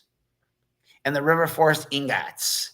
Ingots is a thing from the steel mill. Obviously, we're pretty steel mill heavy in the industry up here. I work at a steel mill, so. But just like the region rat. Do you ever see him? I think he works in the East Chicago ones. I'm in the one out by Chesterton. I work at the one Rudy was at, The one that Rudy was working at. We had some guys, we had some EPA inspectors come out. I had to take them on a tour of the plant. So you're like, and they were asking like, so what was Rudy's buddy doing whenever he got blown up? Like in the movie Rudy, what were they doing here? The Gary Wirt Troopers, man.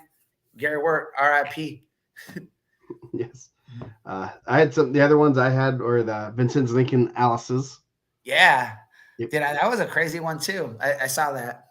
Yeah. The Highlanders was on my list, but there's actually kind of one of my things was it has to be unique just to Indiana, as in like there's no other one. So, but we do have Floyd Central Highlanders. They just haven't incorporated everything with plaid. Delphi Oracles. See, I see them. Go make that money, man. Go to the mill. Go make that money. And I seen Scott's dad there too. Over the maybe one of the least tougher 1A schools was the mascots of the Rochester Zebras. Yeah. Rensselaer Bombers. I looked it up too. If it had something represented in Rensselaer for the Bombers, I was going to do it. It didn't. Yeah. Attica Red Ramblers, Plainfield Quakers. My favorite discontinued name, the East Chicago Roosevelt Rough Riders. Oh, that's a good one. But they should have kept that name instead of the Cardinals. They should have been the East Chicago Rough Riders. The Eastern Pekin Musketeers, the Columbus East Olympians. They were the first ones out on my list. I was about ready to call them, and I kind of like the other ones better. So, pretty cool nicknames, honestly. Very unique and have a lot of history behind them, especially like the Alice's and the all of them kind of have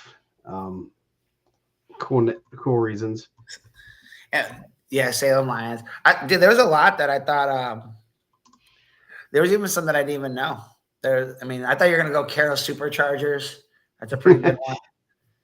Nah. So that was something I added. They were just the Chargers. They went to Superchargers. No. Dang, that's sad. I actually thought that was their name. That was pretty cool. The Jimmy is a nickname for a railroad worker. Okay. So. Anderson Highland did have some singlets that went hard. Those plaid singlets were pretty good. Yeah. So the Madison Grand Argyles. Yeah, that's one was wild too. I didn't know that. It's a covered gravy holder of silver or other metal containing a detachable central vessel for hot water to keep the gravy warm. These Argyles are named for the Scottish Isles of Argyll, off the west coast of the mainland in Madison Grant. Where's Bo going to go to college? I think Oklahoma State. I say Iowa. Man, I feel like Iowa doesn't even recruit high school kids anymore, do they? They just go straight to the portal. This is the first one. This one's gonna be the most expensive one. Doesn't Iowa just go to the portal and get guys that don't have lungs? Yes. Man, Corey Teamer never wanted to get in shape, huh? He gassed when he was at Team Indiana versus that one, the one we had at can't think of it, Dream Team. Yep. Yeah. He gassed the other night. Yeah. I thought Iowa style was supposed to be in your face, good gas tanks. What happened? The Yeah. satellites, South Central satellites, man, South Central. Yes. See, the thing is, Kasich must have been training with a certain parent from Brownsburg because he put Teamer in air jail. Dude, that's what you said, man. But dude, I was surprised how much those guys were gassing. I was disappointed they didn't send Gabe Arnold out. You can't just keep Yeah. trash talking and saying how tough you are and then not show up. Yeah. I have no clue. I just have a feeling Iowa needs a spark, and they have Bob Nichols, who likes to pay a lot of money for kids, even for 1 year. So I don't know. He's got to make some money. That's all I got. That's all I know. How about Jesse and Sergio on Saturday? Yeah. What, he majored him? Major, I mean, I know they're supposed to be buddies, and they had a picture from their little kids. They look like they were kind of banging the head a little hard, huh? They didn't want to lose to each other. They got Jesse's pretty the good. Ohio State Michigan rivalry. They used to be buddies, but now they're not. You think he'll get $5 million to go to Iowa? I wish the NIL stuff was made public. How much are they really making? Dude, I heard some numbers. I heard some like pretty serious, like what guys were making. Yeah, I heard some of those Michigan kids were making like $250K. Jeez. I heard Real Woods made $250K. Oh, that's not surprising. Someone else just got $400K. Was it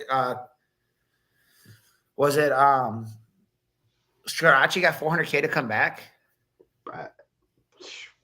Wouldn't surprise me. I mean, those guys. Yeah, I want to see the number. I want to see the real true numbers of what they're making. Oh, I'm pretty positive that Real Wood one's real. Yeah. Oh, I'm not surprised. I mean, I'm pretty positive that that Michigan one's. I have a pretty good source on that he got $250K. Yeah, I think. I mean, I'm not. I want to see, because you hear the numbers and you're hearing like $5 million for Bo and stuff, and that's a lot of money. Strachey got $1 million. My brother said Strachey got $1 million. Yeah. Parco got paid. Yeah. The hardest class. I don't doubt it. Yeah. Nah. What would be the hardest weight class this year? The hardest weight class to predict or the hardest weight class to win? Depends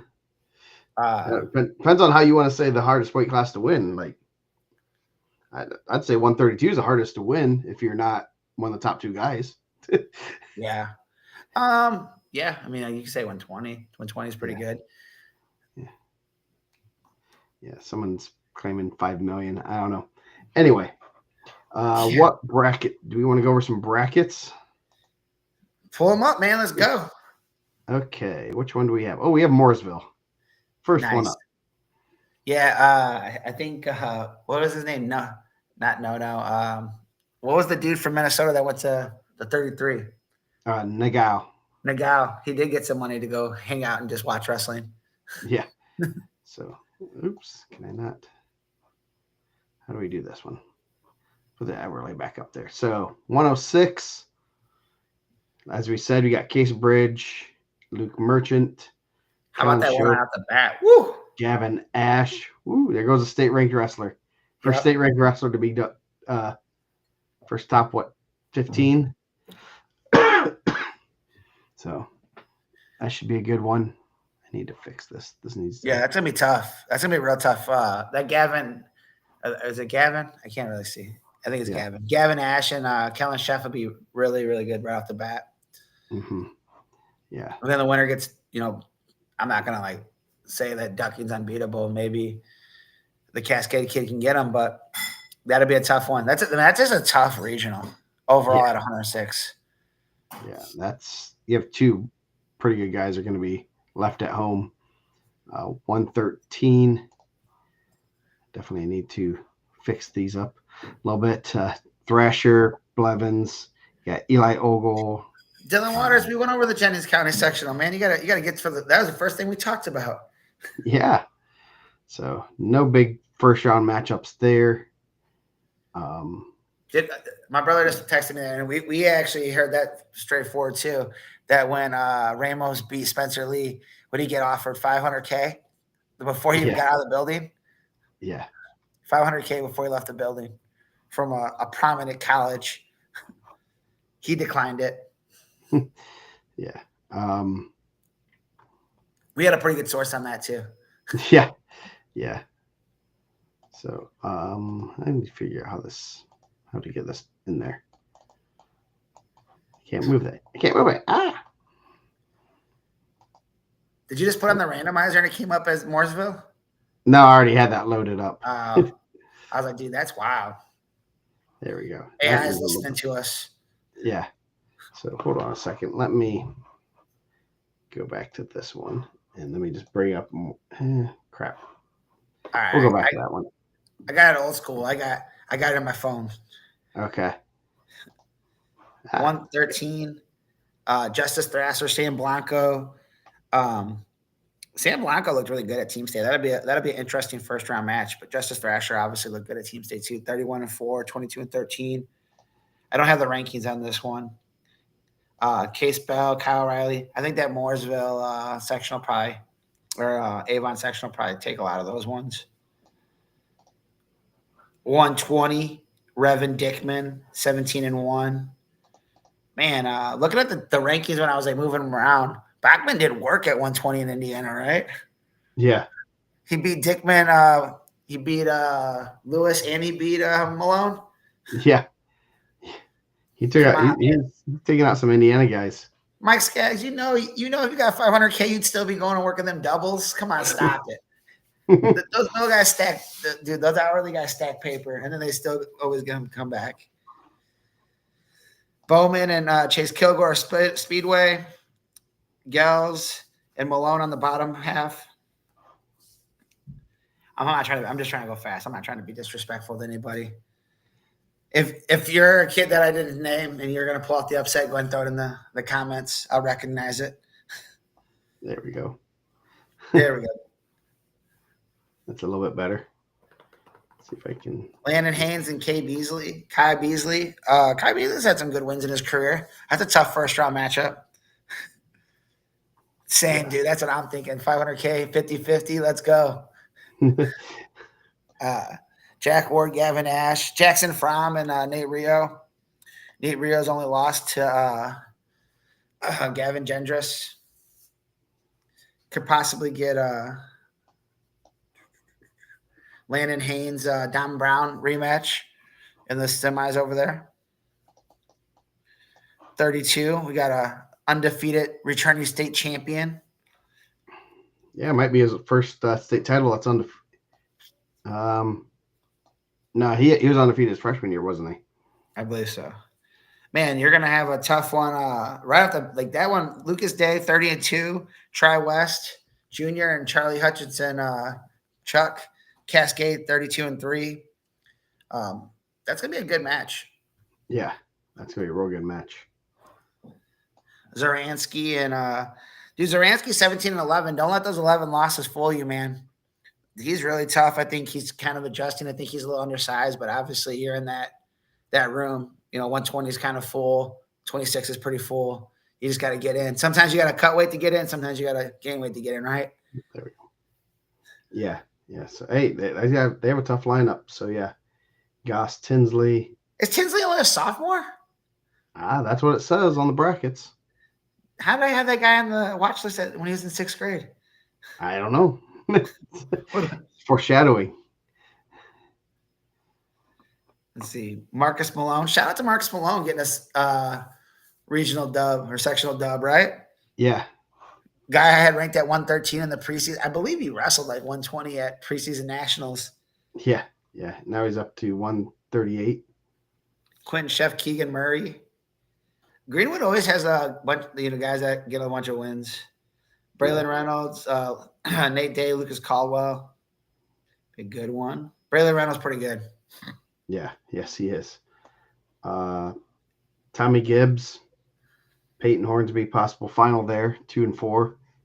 That'd be pretty good. It'd be a good match. 50. Obviously, you have Breedlove will get possibly Reynolds. Then the winner of that probably. Yeah, Don't sleep on Brevin Cannon, though, man. Brevin Cannon's pretty good. Pike always has some solid kids. I think he has really good results from the summer too. Yeah, Cyrus wrestling tough though, 29-1, only lost to Mikey Ortega. Um, do you think? And sometimes it's like obviously Cyrus had a tough go at the semi-state. Like being a champ there is probably going to be a better path than being the runner-up. That's probably a huge final for him. yeah. And probably, obviously, he wants to be a regional champ. Another good one at 57. You got Silas Stitz, Steely Lynn. That's a good I name. assume there's another Steel Lynn from Mooresville that's like a state qualifier. And it's kind of lines up. I wonder if they're related. I'm assuming they were. Man, how do you say that? Akabajija, Emmanuel Akabajija. He's pretty good also. I believe of his 4 losses, I think 3 of them are Mason Day. It's not bad losses. Carter Hutchison, Wyatt Speth, got Mason Day, the bottom half. 65. Got a Vanderloo Garten, Tyler Sandusky, Evan Hamlin, Robbie Leahy. That'd be a tough one too. I mean, Yeah. I've been on some teams where everyone's, going to semi-state, or 9 or 10 guys are going to semi-state. That you don't want to be the one guy that's not, and that's a tough one. Evan Hamlin's really good. That'd be a tough first round match. Yeah. 75 Weems. I bet you'll see a couple cradles. There's no semi-state. He's the only ranked kid in that Overrated regional. I knew it. Yep. Yeah. One ranked kid in the weight class. 90. Henry, Braxton Lewis, Cascade, Noah Sumner. It's the only 3 in that. They say it's a tough semi-regional. Man, the announcer's going to have some names, boy. Decatur Central and they said one of the Decatur Central at 215 was injured. I know he had spent some time in the rankings too. Said he had to be out on like a neck brace, so hopefully he's doing better. Yeah. 215 Brewer. Ezra Frederick right off the bat, returning state qualifier Ezra Frederick, right? Was he? Let's see. I can click right on here. Let's pull it up. He was lost of the regional last year. Okay. So scared for a second. It's gonna be tough. Yeah. 1-8. He was a semi-state ranked guy. And heavyweight Forrester, another semi-state matchup. Man, heavyweight's getting. I guess that was Newcastle where he got pummeled on Saturday. Yeah. Howie told me he had a perfect bracket. What was happening? Thomas Mercer. Gotta watch out, man. I think he hit Luke Juris with the one-hitter quitter headlock. Yeah. So Bryce Johnson, Braden Love, not Brandon like you've had all year long. I don't know if that was you or Dustin. I'm gonna tell you, I didn't have him. I don't think I had him on the watch list. Okay, so it's Dustin. We'll throw Dustin under the bus. Jason Guevara from Whiteland coming with that title there at Mooresville sets himself up pretty good. So, what other regionals do we want to look at? You want to look at Hobart or CP? I mean, I know those ones pretty well. You can look at Crown Point. Pendleton Heights. We can go Crown Point. Let's see. Let me fix this up. I think 106, pretty straightforward there. Skaggs and Coral's probably the semis. Winner of that's going to have Westfall. Man, but you got to watch out, man. Crown Point, this is the weekend where the Crown Point sectional, the Crown Point regional scale shows up. He's been training all year to take home state ranked guys. He's got a couple heavy hitters under his belt. Yeah. We won't talk about my suggestion for a wrestler profile. Probably a rematch there. Verduzco and Strayer. Verduzco still undefeated at 13. 120. Lewis and Halfacre probably, I would guess. Halfacre had a really good win over Aiden Diaz a couple weeks ago. 26. That's a tough one off the bat. Hunter Mallory and Brody King. Brody King 32 and 31 and 2. I believe Hunter Mallory lost at the regional last year too. Yeah, that's tough. Yeah. Senior versus freshman or sophomore. Cook ain't lying, man. The Crown Point scale is the Calumet scale's protege. They had to retire him. He had to hand it off. He was trained. There's some good comments on that clip I posted. Man, dude, that scale. I had a lot of people reach out. Man, that thing was a real deal.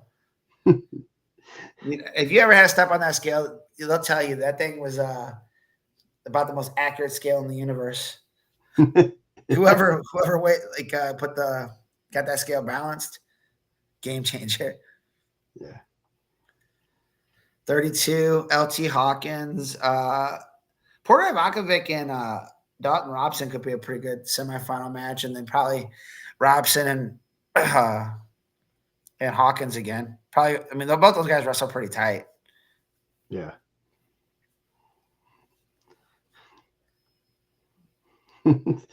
So Evan Stanley. Ooh, this would be a good semifinal over here. I think that's a good first round match. But yeah, Stanley in the final. Sessa Preston Hammond could be a good first round match.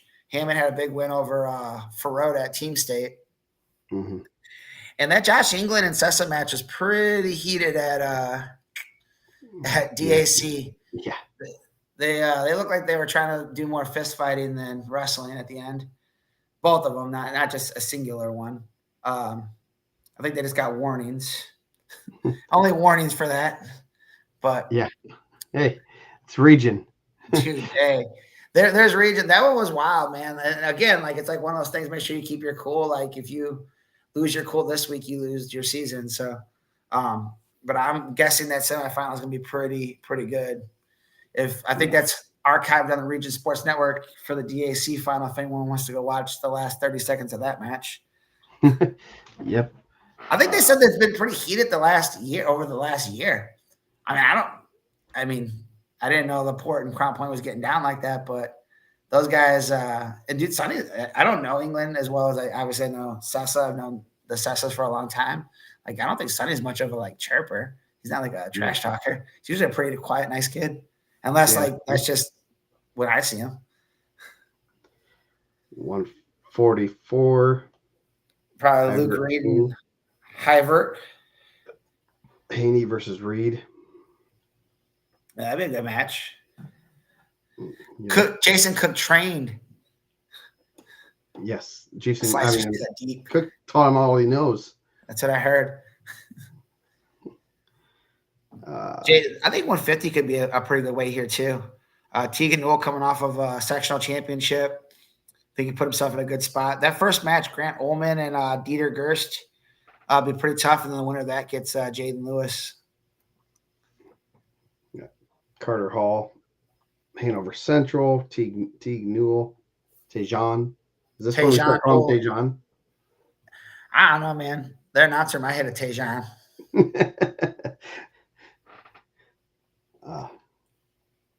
Matthew Staples, you're from Van Tichel, possible. That should be a good one. Man, this one right here, two freshmen, two pretty athletic, good freshmen here. Timmy James, 17 and 10. I mean, record's not great, but they wrestle a pretty good schedule. And Connor Haynes had a pretty good win this season. Kind of coming along, had a pretty good Connorsville. Another tough freshman for Valpo, so that should be a good first round match. What weight is that? That was at 57. Oh, 57. I'm not picking either of those guys to be in the finals. No disrespect, but I mean, MJ Staples is a pretty good freshman too. Yes. And then he used to go wrestle in the gym that he probably watched 100 matches in. Yeah. Short drive. I'm not saying that. He's been there a few times. Andrew Schaefer, Ben Clark, a couple of semi-state ranked guys. Got Israel Sinnott from Hanover Central. White Neck, Lucas Anderson, possible at 75, 90. Lucas Anderson, Calvin Stewart could be a good first round match. Yeah. Oh yeah. You got number 4 and 8 in the semi-state. 190. Salas Kendricks rematch. That should be a good one. It's gonna be interesting to see who comes out on top there. What let's see. Should have the rankings already. Are there any potential death draws with that? At 190, I think those two are. I mean, now that Vinny's down, I think those two are probably the two top guys. I mean, Yeah. Aiden Granger, Bryce Montgomery over at Bryce Montgomery lost to the finals to the Munster kid, but Aiden Granger, Hobart probably Well, the favorite Jenkins.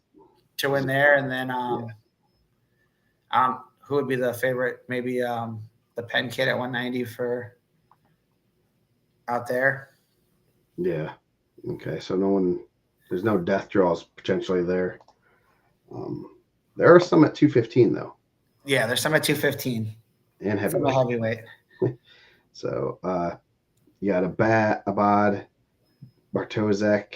That should be number 5 and 6 in the state. Yeah, they And traded losses this year. The last time Abad's only loss was a stall call in overtime, and he had a win over Bartosik, and Bartosik had a loss to Reading at the regional. So, and then as a 4, Mitchell Krolakowski. Yeah, I thought he was a pretty big heavyweight. I mean, Coach Cook coached him last year. I thought he was like a 250 kid. I was shocked when I heard seen him at 215. look at his profile picture. He looks pretty jacked. So, so you got 4 state ranked guys there. That's going to be a tough out for them. So they all come out with the same regional. You got then one of those 4 is going to draw Everett McClelland. Yeah. One will draw Trey Dunning, and then or Malachi Evans, yeah. Or Malachi Evans. And I think there's 2 kids. Yeah.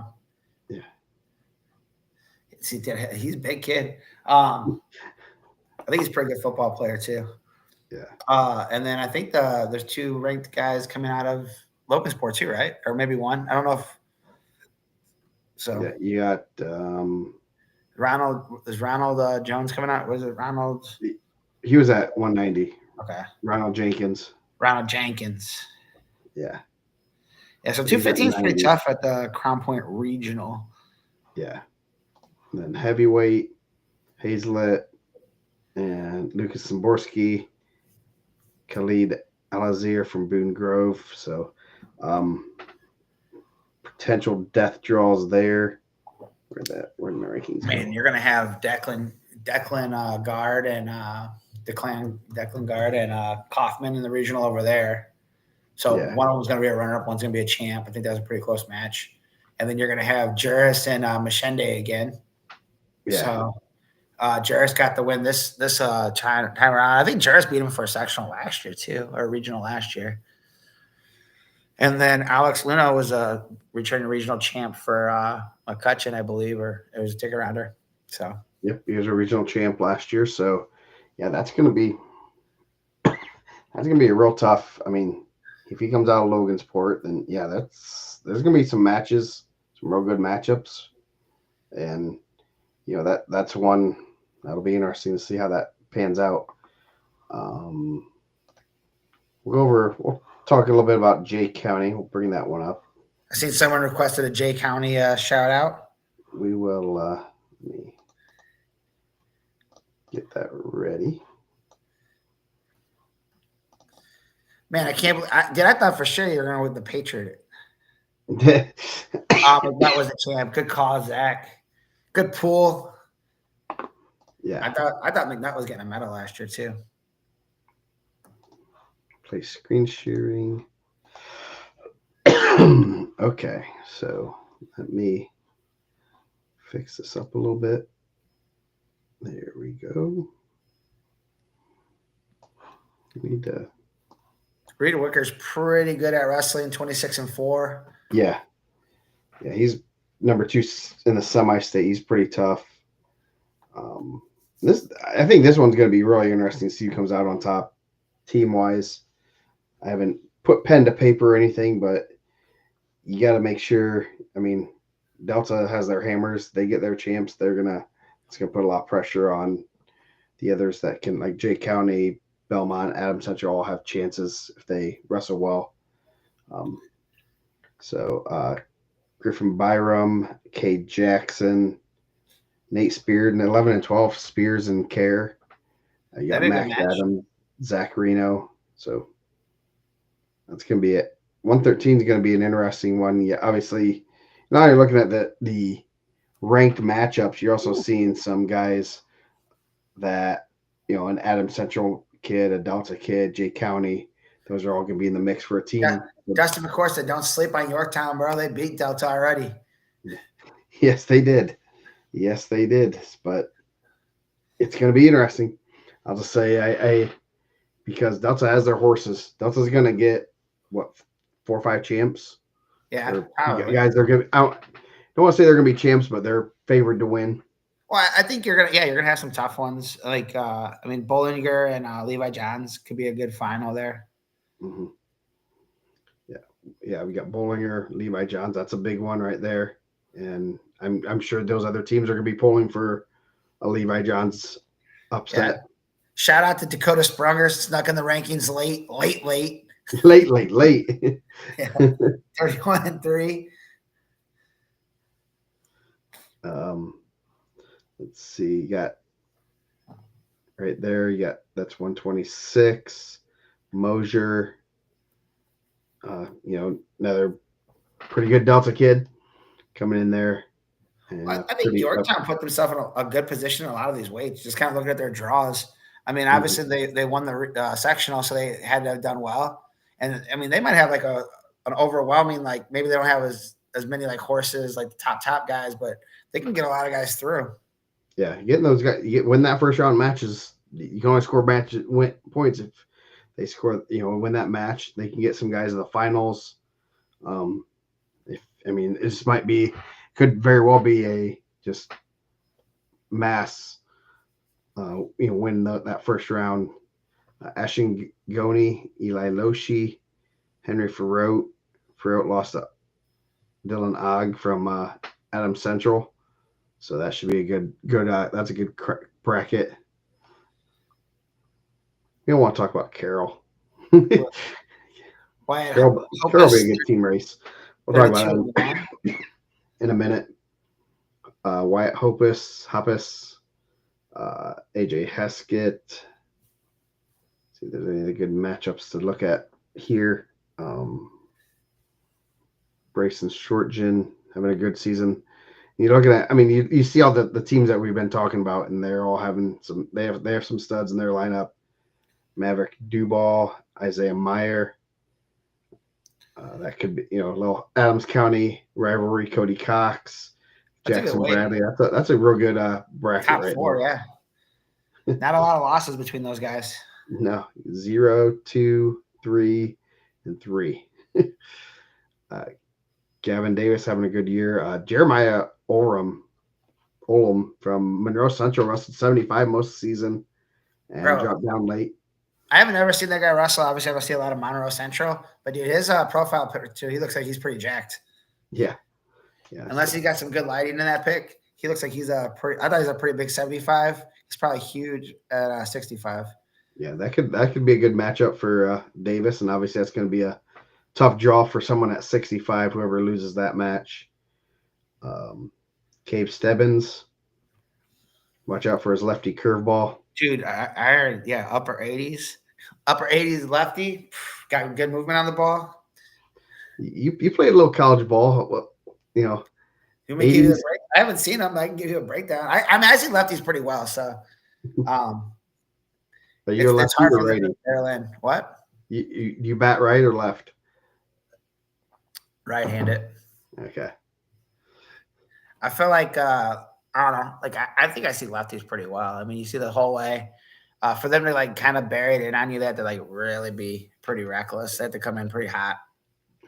But a lot of lefties get that natural cut. I mean, Dave probably has a better feel for it, but Dave probably has a better grasp on the lefty righty matchup breakdown. But like we had a couple of really good lefties that threw pretty well. One guy was drafted by the Cubs. Threw in the mid 90s, and then another kid was like low 90s, and he had ridiculous movement, and dude, he would smoke like a pack of cigarettes and drink 2 Red Bulls before every game. movement on the ball was unreal. Hey, just throwing a baseball, you don't need to have any lungs. Yeah, so we had a guy. He had just came. We were playing like a summer league. He had just came from like pro ball. And he pulled up and he's like sees this dude hammering two like tall Red Bulls, smoking some Newports, and he's like, "Where am I at? Welcome to the bush leagues." Yeah, so you know, Caleb Stebbins. I mean, I don't know, like the baseball and wrestling's not always the combined sports. I mean, especially like you're getting some wear and tear on them shoulders. Yeah, Sounds like he's a pretty good baseball player. I don't know how many looks he's getting for wrestling or baseball, but if you're getting them baseball looks, man, like don't let him punch that shoulder over. I know that's that can wrestling is not the best thing for shoulders. I can say that much. No, 190, AJ Myers, Xavier Palacios. Xavier Palacios having a really good year too. Yeah, he's quietly had a real good year. I believe his only two losses were at Al Smith, correct? Yeah. AJ Meyer, always a guy. I feel like he's been in the rankings forever. I know he's dealt with some injuries. He's pretty good. So if he can get on a roll, he's gonna be tough to beat. Yeah. 215. You got only Luke Powers from Westdell. Dude, Luke Powers is a good name. We gotta get him down state. I want to hear that on the mic. Yes. And then heavyweight Alan Ortiz, number 8, got beat by Grady Baker. Grady Baker turned on lately. So Alan Ortiz beat the Caleb Evans last year, right? Yep, at semi-state, I believe. So what kind of death draws are we looking at in Fort Wayne? I'll be right back. I'll be listening. Hold on. Let me pull those rankings up. What death draws are we looking at in the Wayne? Replace Fort Wayne final. There we go. So 106, Ocampo, heavy favorite, Wicker. Warner, his bad draw is going to be running into Wicker. So you got 1 in 3 chance. Rapel, obviously the same thing in the same regional. And Jackson Webb, also at the Jay County regional. A lot of guys in the Carroll. That's going to be that kind of death draw. Swarthwood, Moore, Kate Jackson are all in this different regionals. Number 4, McVicker has a real good win over Brady Harper. He will have Moore. Him and Moore will wrestle in the. So the loser of that could possibly 2 and 3 chance of wrestling Swarthwood or Jackson. 120, the Bollinger Johns loser could run into McIntyre, Timmy Rocha. So 126, some of the possible death draws, correct. Harris and their separate regionals. Hickson Love, that's a good name. Hickson Love, sleeper pick for AJ Bradley. Yeah. So Hickson Love in correct. How do we got Hickson Love a picture? I mean, it looks pretty good in that picture. How he looks. The Marion Giant, I don't know. That's another good name. Dakota Sprunger. So fairly well spread out there. Fort Wayne usually has a little bit more bunching of guys. Heavyweight, there's been Shout a big out to Drew bunch. Walden coming back and getting a sectional championship. Yeah, he's wrestling well. That's kind of scary. You got Douglas, Walden, and Mosier all separate regionals, and then How about East Chicago sneaking one into the rankings, boy? He ended up losing in the sectional championship, but shout out to EC bringing it back. Cardinals. Goni Carter Kraus is number 3. Carter Kraus taking his first loss of the year. Yeah, Malachi Fullner is really good. So that Henry Farrote. So you got 3 guys in the top 4, all in the same regional. Malachi Tholner, he's pretty good. That should be a good sectional or regional with Kokendorfer, Farrote, and Kraus. I'm sure. I mean, Brian Kokendorfer and cross wrestled at Al Smith last year. I think he was like an And injury default, right? yep, and regional. And regional was an injury default I too. think no, regional was Kraus won that one. Okay. Kraus won the other one too by injury default. Yeah. So 144, Hopus and Haywood, Kendi Coy, all separate regionals. So that's good. Always good when you see the top 3 guys are all in separate regionals. Yeah, we don't like to do that over here. We have a couple. We got Doster and Lincoln Carter. That's going to be a good sectional matchup or regional matchup. Both undefeated. Bryson Shortgen, Eli Gall. So the Carter Doster loser is going to run into someone like Shortgen, Gall, or Trigg, Drew Trigg. So pretty tough draw there for anyone that gets him. Bradley, Hagwood, Duball, Meyer, Denman. So It's pretty Hagwood good. likely going to run into someone pretty good. Cody Cox. So yeah, he'll have whoever gets that top 4 at Jay County is going to be tough, and one of them is going to have to draw into Hagwood. He's pretty good. Yeah. Davis, Olam, Riley Biddle, real good at football and wrestling. Oh, we got a double up on there? Yeah. I like that. Chance McClellan, Ethan Fike. Chance McCullough's out, right? Yes, I believe so. Or no, he won. He won sectional. Who was out? No, it's the next guy, 215, right? Kerry and Plattner. Who is it? We don't have him in the rankings. Stebbins, Thrash, Plattner. So no crazy death draws there. Farnell, Palacios, different regionals. RJ Trevino could run into Palacios. Callum Price. Colin Price is the one that. Yeah. So and then you got Brecken Moran, Austin Parks, Anthony O'Neill. I better check, make sure he made it through. He might not have.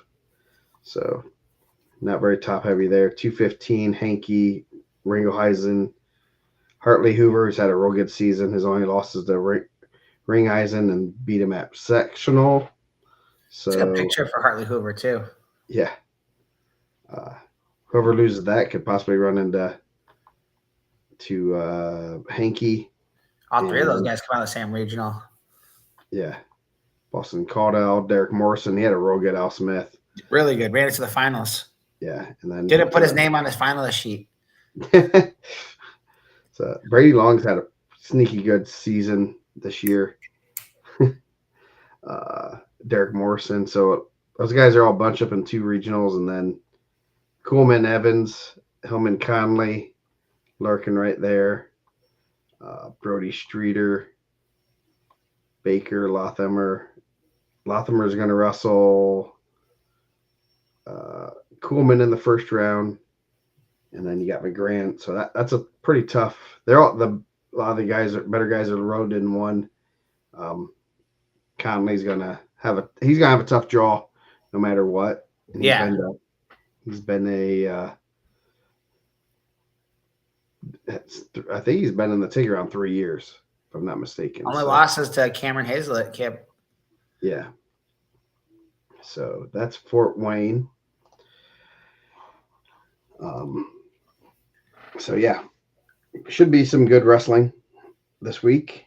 Yeah. We'll be, as soon as we get the draws, we will post them. I think we got to do like one each, or Newcastle one, right? We did Fort Wayne. You want to go over the rankings, or do you want to? Yeah, let's do all the rankings on that one, because I think we got to show some love to the Newcastle. Okay, we'll show some love to Newcastle. Let's see. Someone reacted to that post. Okay. This one's 106 pretty well separated. Maddox, Laurent, St. Laurent, Morrow and Heather Crawl, all separate regionals. So Yeah. they got together and did well. Obviously, Colin Clark, Lucas Scott, Bryson Kirk. That'll be tough outs, but top four. When you see top four, and that's a pretty solid top four. Man, if they match up with Evansville, that's gonna be just nuts on Friday night. Yeah, I we don't even should want to think petition that about that. doesn't happen. But that's the Yeah. draw. So Shutley, Reyes, different regionals, Lincoln Parsons. Parsons and Shelly in the same regional. Yep, Parsons, Shutley, Keegan Dressler. So Reyes will have a tough way. Seth Lamb has quite a few few significant matches. Man, I Playing, thought Braden had wrestled really well at yeah, Al Smith. yeah, and that he's a sneaky good one. That's going to be lurking in there. 120 Getz, Temples, Sully Frazier, Temples and Frazier. I think they've wrestled quite a bit. So Frazier will get, loser there could run into Getz, Ezra Fry. Ezra Fry's had a really good career, man. He had a nice win over Alex Johns, a couple losses to Timmy Roca, but man, I bet he's been a semi-state all 4 years, I believe. Yep. Bismeyer wrestled this week, so good to see him back. That guy shouldn't say that. No, he should not. And he will get blocked. See, I can block people from this too now. That's what I like. So, 126. I mean, I don't even know if that comment makes sense, right? Yeah, I don't even know what that's about. No, I'm just saying in general, yeah, what? I mean, I don't know. So, luckily it's not on the screen. He's probably a tough guy, right? Yeah, Chase Yan, number 1, Eli Brody. Supposedly I upset his mother. I guess that's what the rumor is on the street, that because he didn't have a ranking on the brackets, so I've upset his mother. So I'm sorry to his mother. It's all right, for having a wrong link of Eli and Elijah. So, yeah, my apologies. There's bigger tragedies in the world. Yes. Braden Volts, real tough wrestler. That should be a real good regional championship match, possibly. Yeah, him and he's coming out of regional, him and Baylor. Yes, and so then whoever loses that has a pretty decent chance of running into Yant or Brody. Don't sleep on Gavin Kemp, man. Gavin Kemp out here tossing people. Yeah, he's taking heads. He doesn't care. Real tough freshman. Yeah. 32, Thrine, Bowie, different regionals. Colin Troyer, obviously going to have a tough one with Thrine. Colin Crowley, he's going out of Pendleton Heights, and Jack Richardson had some solid wins. Man, he has a lot of matches. He does. It's nice seeing these matches when you look at those and you see all the significant matches, and you're like, okay, helps with the rankings. Gunnar Butt, Jack Davis. I think we're not sleeping on Cesar Salas. I mean, he's top 4 freshman, and the number 1 guy teched him. But yeah. I mean, I don't even know if we have 189 as a weight class anymore. Yeah, 190. If we're sleeping on the guy that's ranked number 4 in the state, that's I think anybody in the top 5 can win it. Yeah. But Jack Davis and Terry Easley, Anthony Quarles. So 3 of those guys are all in the same regional. Terry Easley, that was my sleeper pick, guy outside the rankings that can make some noise. He's had some good wins. He's tough. He is tough. Doss, Moses Stevenson. Got his first loss, Bryce Doss. Yeah. Stevenson got him. They'll probably match up again this week. Chris Kasser, Sam Bustamante. So that should be fairly well separated there. Foster. I'm just messing with you, Michael Guzman. Nah, he's good, bro. He's real good. Foster, Jesse Franklin, same regional, Hank Fennessy, Tyler Lavin, Aaron Durham. There's another. That Prairie Meridian regional's pretty loaded top to bottom. Arbery, Jacob Weaver, Caleb Wilburn. So everyone's separated there. No crazy death draws. Michael Major, Michael Kane, Michael Thompson, Mason Thompson. So the top guys are all separated. You got Dozier, who's pretty tough. Tri-state qualifier. Yeah. So you got him. I mean, he could be lurking right there. Jericho Jackson, Jacob Cole, 175, Kressel, Xavier Smith. He's pretty good. Yeah, both are really good. MJ Morton, some guys with some national level credentials sitting in right there. Anything 190, Michael White, Kyle Harden, Chris Quarles, all separate regionals, and then Perry Meridian. Let's see. Yep. White and Godwise should be a good one. Weaver, Wetzel, Julian Burgett. Burgett got attacked by Weaver. Weaver's pretty good, man. He's he might be the real deal. Yes. Yeah. I going back and forth with someone yesterday. He's like, man, what he has done the past couple of years, just this trajectory is just crazy. And just going from a state qualifier to just absolutely dominant state champ. So that's pretty impressive for Weaver. And he keeps getting better and better and just dismantling guys. Julian Burgett's no slouch, and not at all. Just dismantled him. That's crazy. Cayenne, McLaughlin, North Montgomery. So North Montgomery is going to be pretty loaded there. Not really the regional you want to run into. You got Evan Law. 4 of the top 5 are in that regional. So that's definitely a bad draw for. I mean, Wetzel's going to have a tough draw. Obviously, he has a state medal, so still going to be tough. Joe Maverick. If we go one of the better names, that's one of the better names. He looks like he's pretty big. Yeah, I was sad to see him having to pull out of Al Smith. I think he was sick at that tournament. Yeah. Zach Blevins looks like he's pretty big too. Yeah. Blevins, Glessing. So Glessing and Blevins will be the same regional. Jackson Apple. So Max Amberger, returning state qualifier. So you got a lot of pretty solid heavyweights. Logan Knurk. The rankings got kind of hit hard a little bit towards the bottom there. So yeah. So it should be nothing too crazy there as far as death draws. There's a couple potential bad ones, but it seems that I guess there's not quite as many potential ones this year. Maybe last year we just knew the top 4 guys would be hitting. Yeah, I think there's always. I mean, and there's some that we have wishful thinking on. I think we're like, oh man, like we hope that doesn't happen. Then we speak it into existence. Then it does happen, and then we're sad. Yes. So next week, yes, Maverick was at CMA last year. Yeah, he was actually in the semi-state rankings at one point under Westfield from CMA. Thanks a lot, Terry. Yes, he's gonna get you a good and plenty, or what a bit of honey. A bit of honey. Wrapper out of his pocket. It's gross. He's gonna get you some bit of honeys, and everything will be smoothed over. A little bit of pocket lint added on that. Man, that makes those bit of honey so good.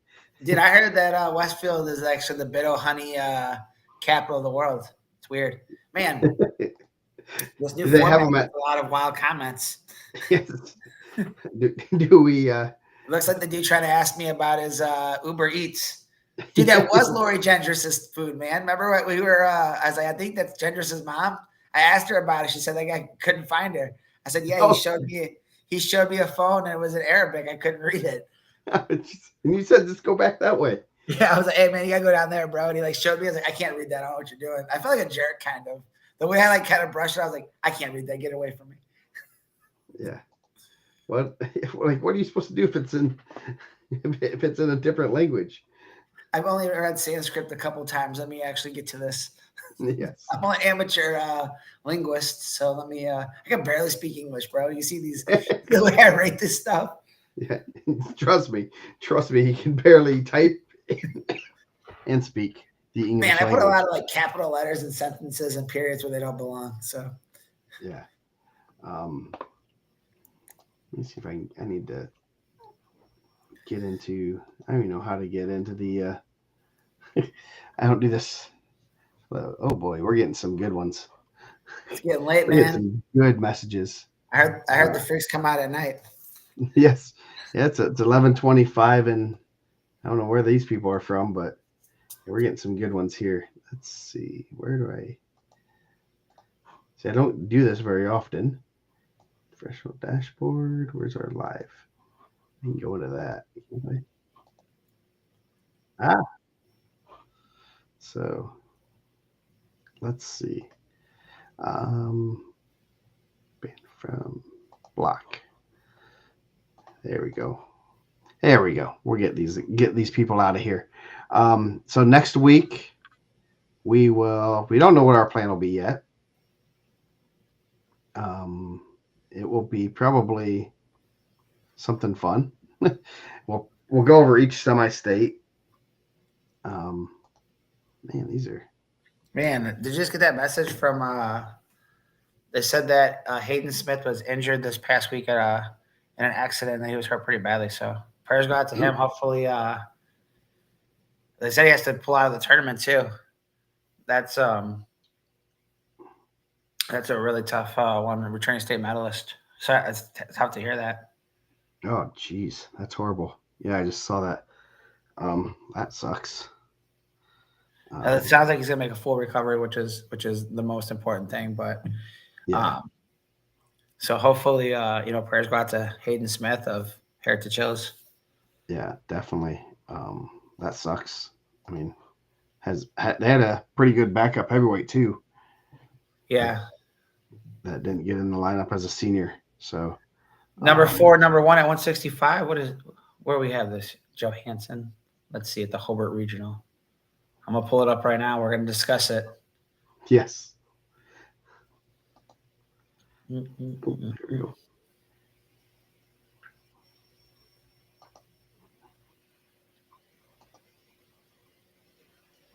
Yeah, sorry, that was Oh, my and the finals. I was looking at first round.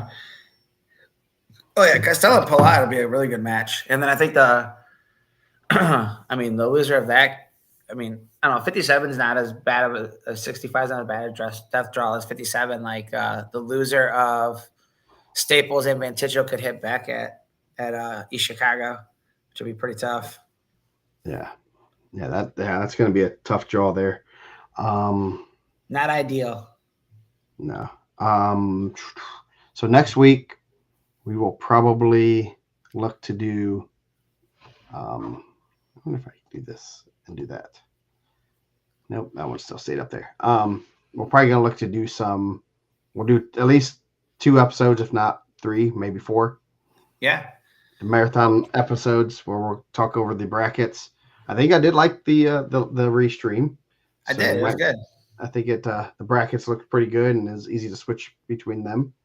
I'm gonna take my ADD medicine and I'll lock in. Yes. Try to So at least.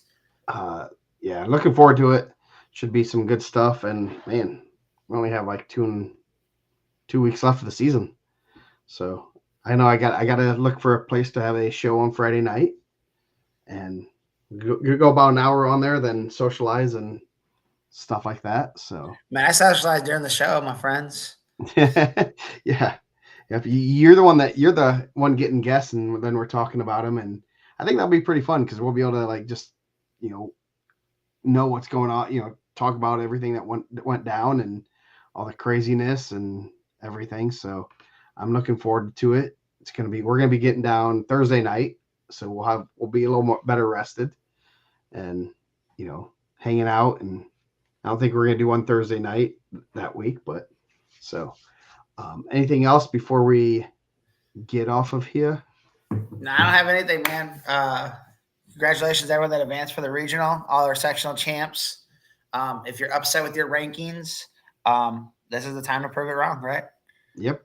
Oh, If yeah, you didn't like where you were ranked all season and you thought that you were being slept on or they were being disrespected, here's the time to prove your spots, man. Win your regional, get yourself in a good position to advance out of the semi-state and go make some noise. Yep. So should be some great weekend of wrestling. So keep us. We're gonna be watching and we'll get you guys brackets as soon as we can get them, and then we'll get to talk about them. So good luck, everyone, and we'll see you guys next week.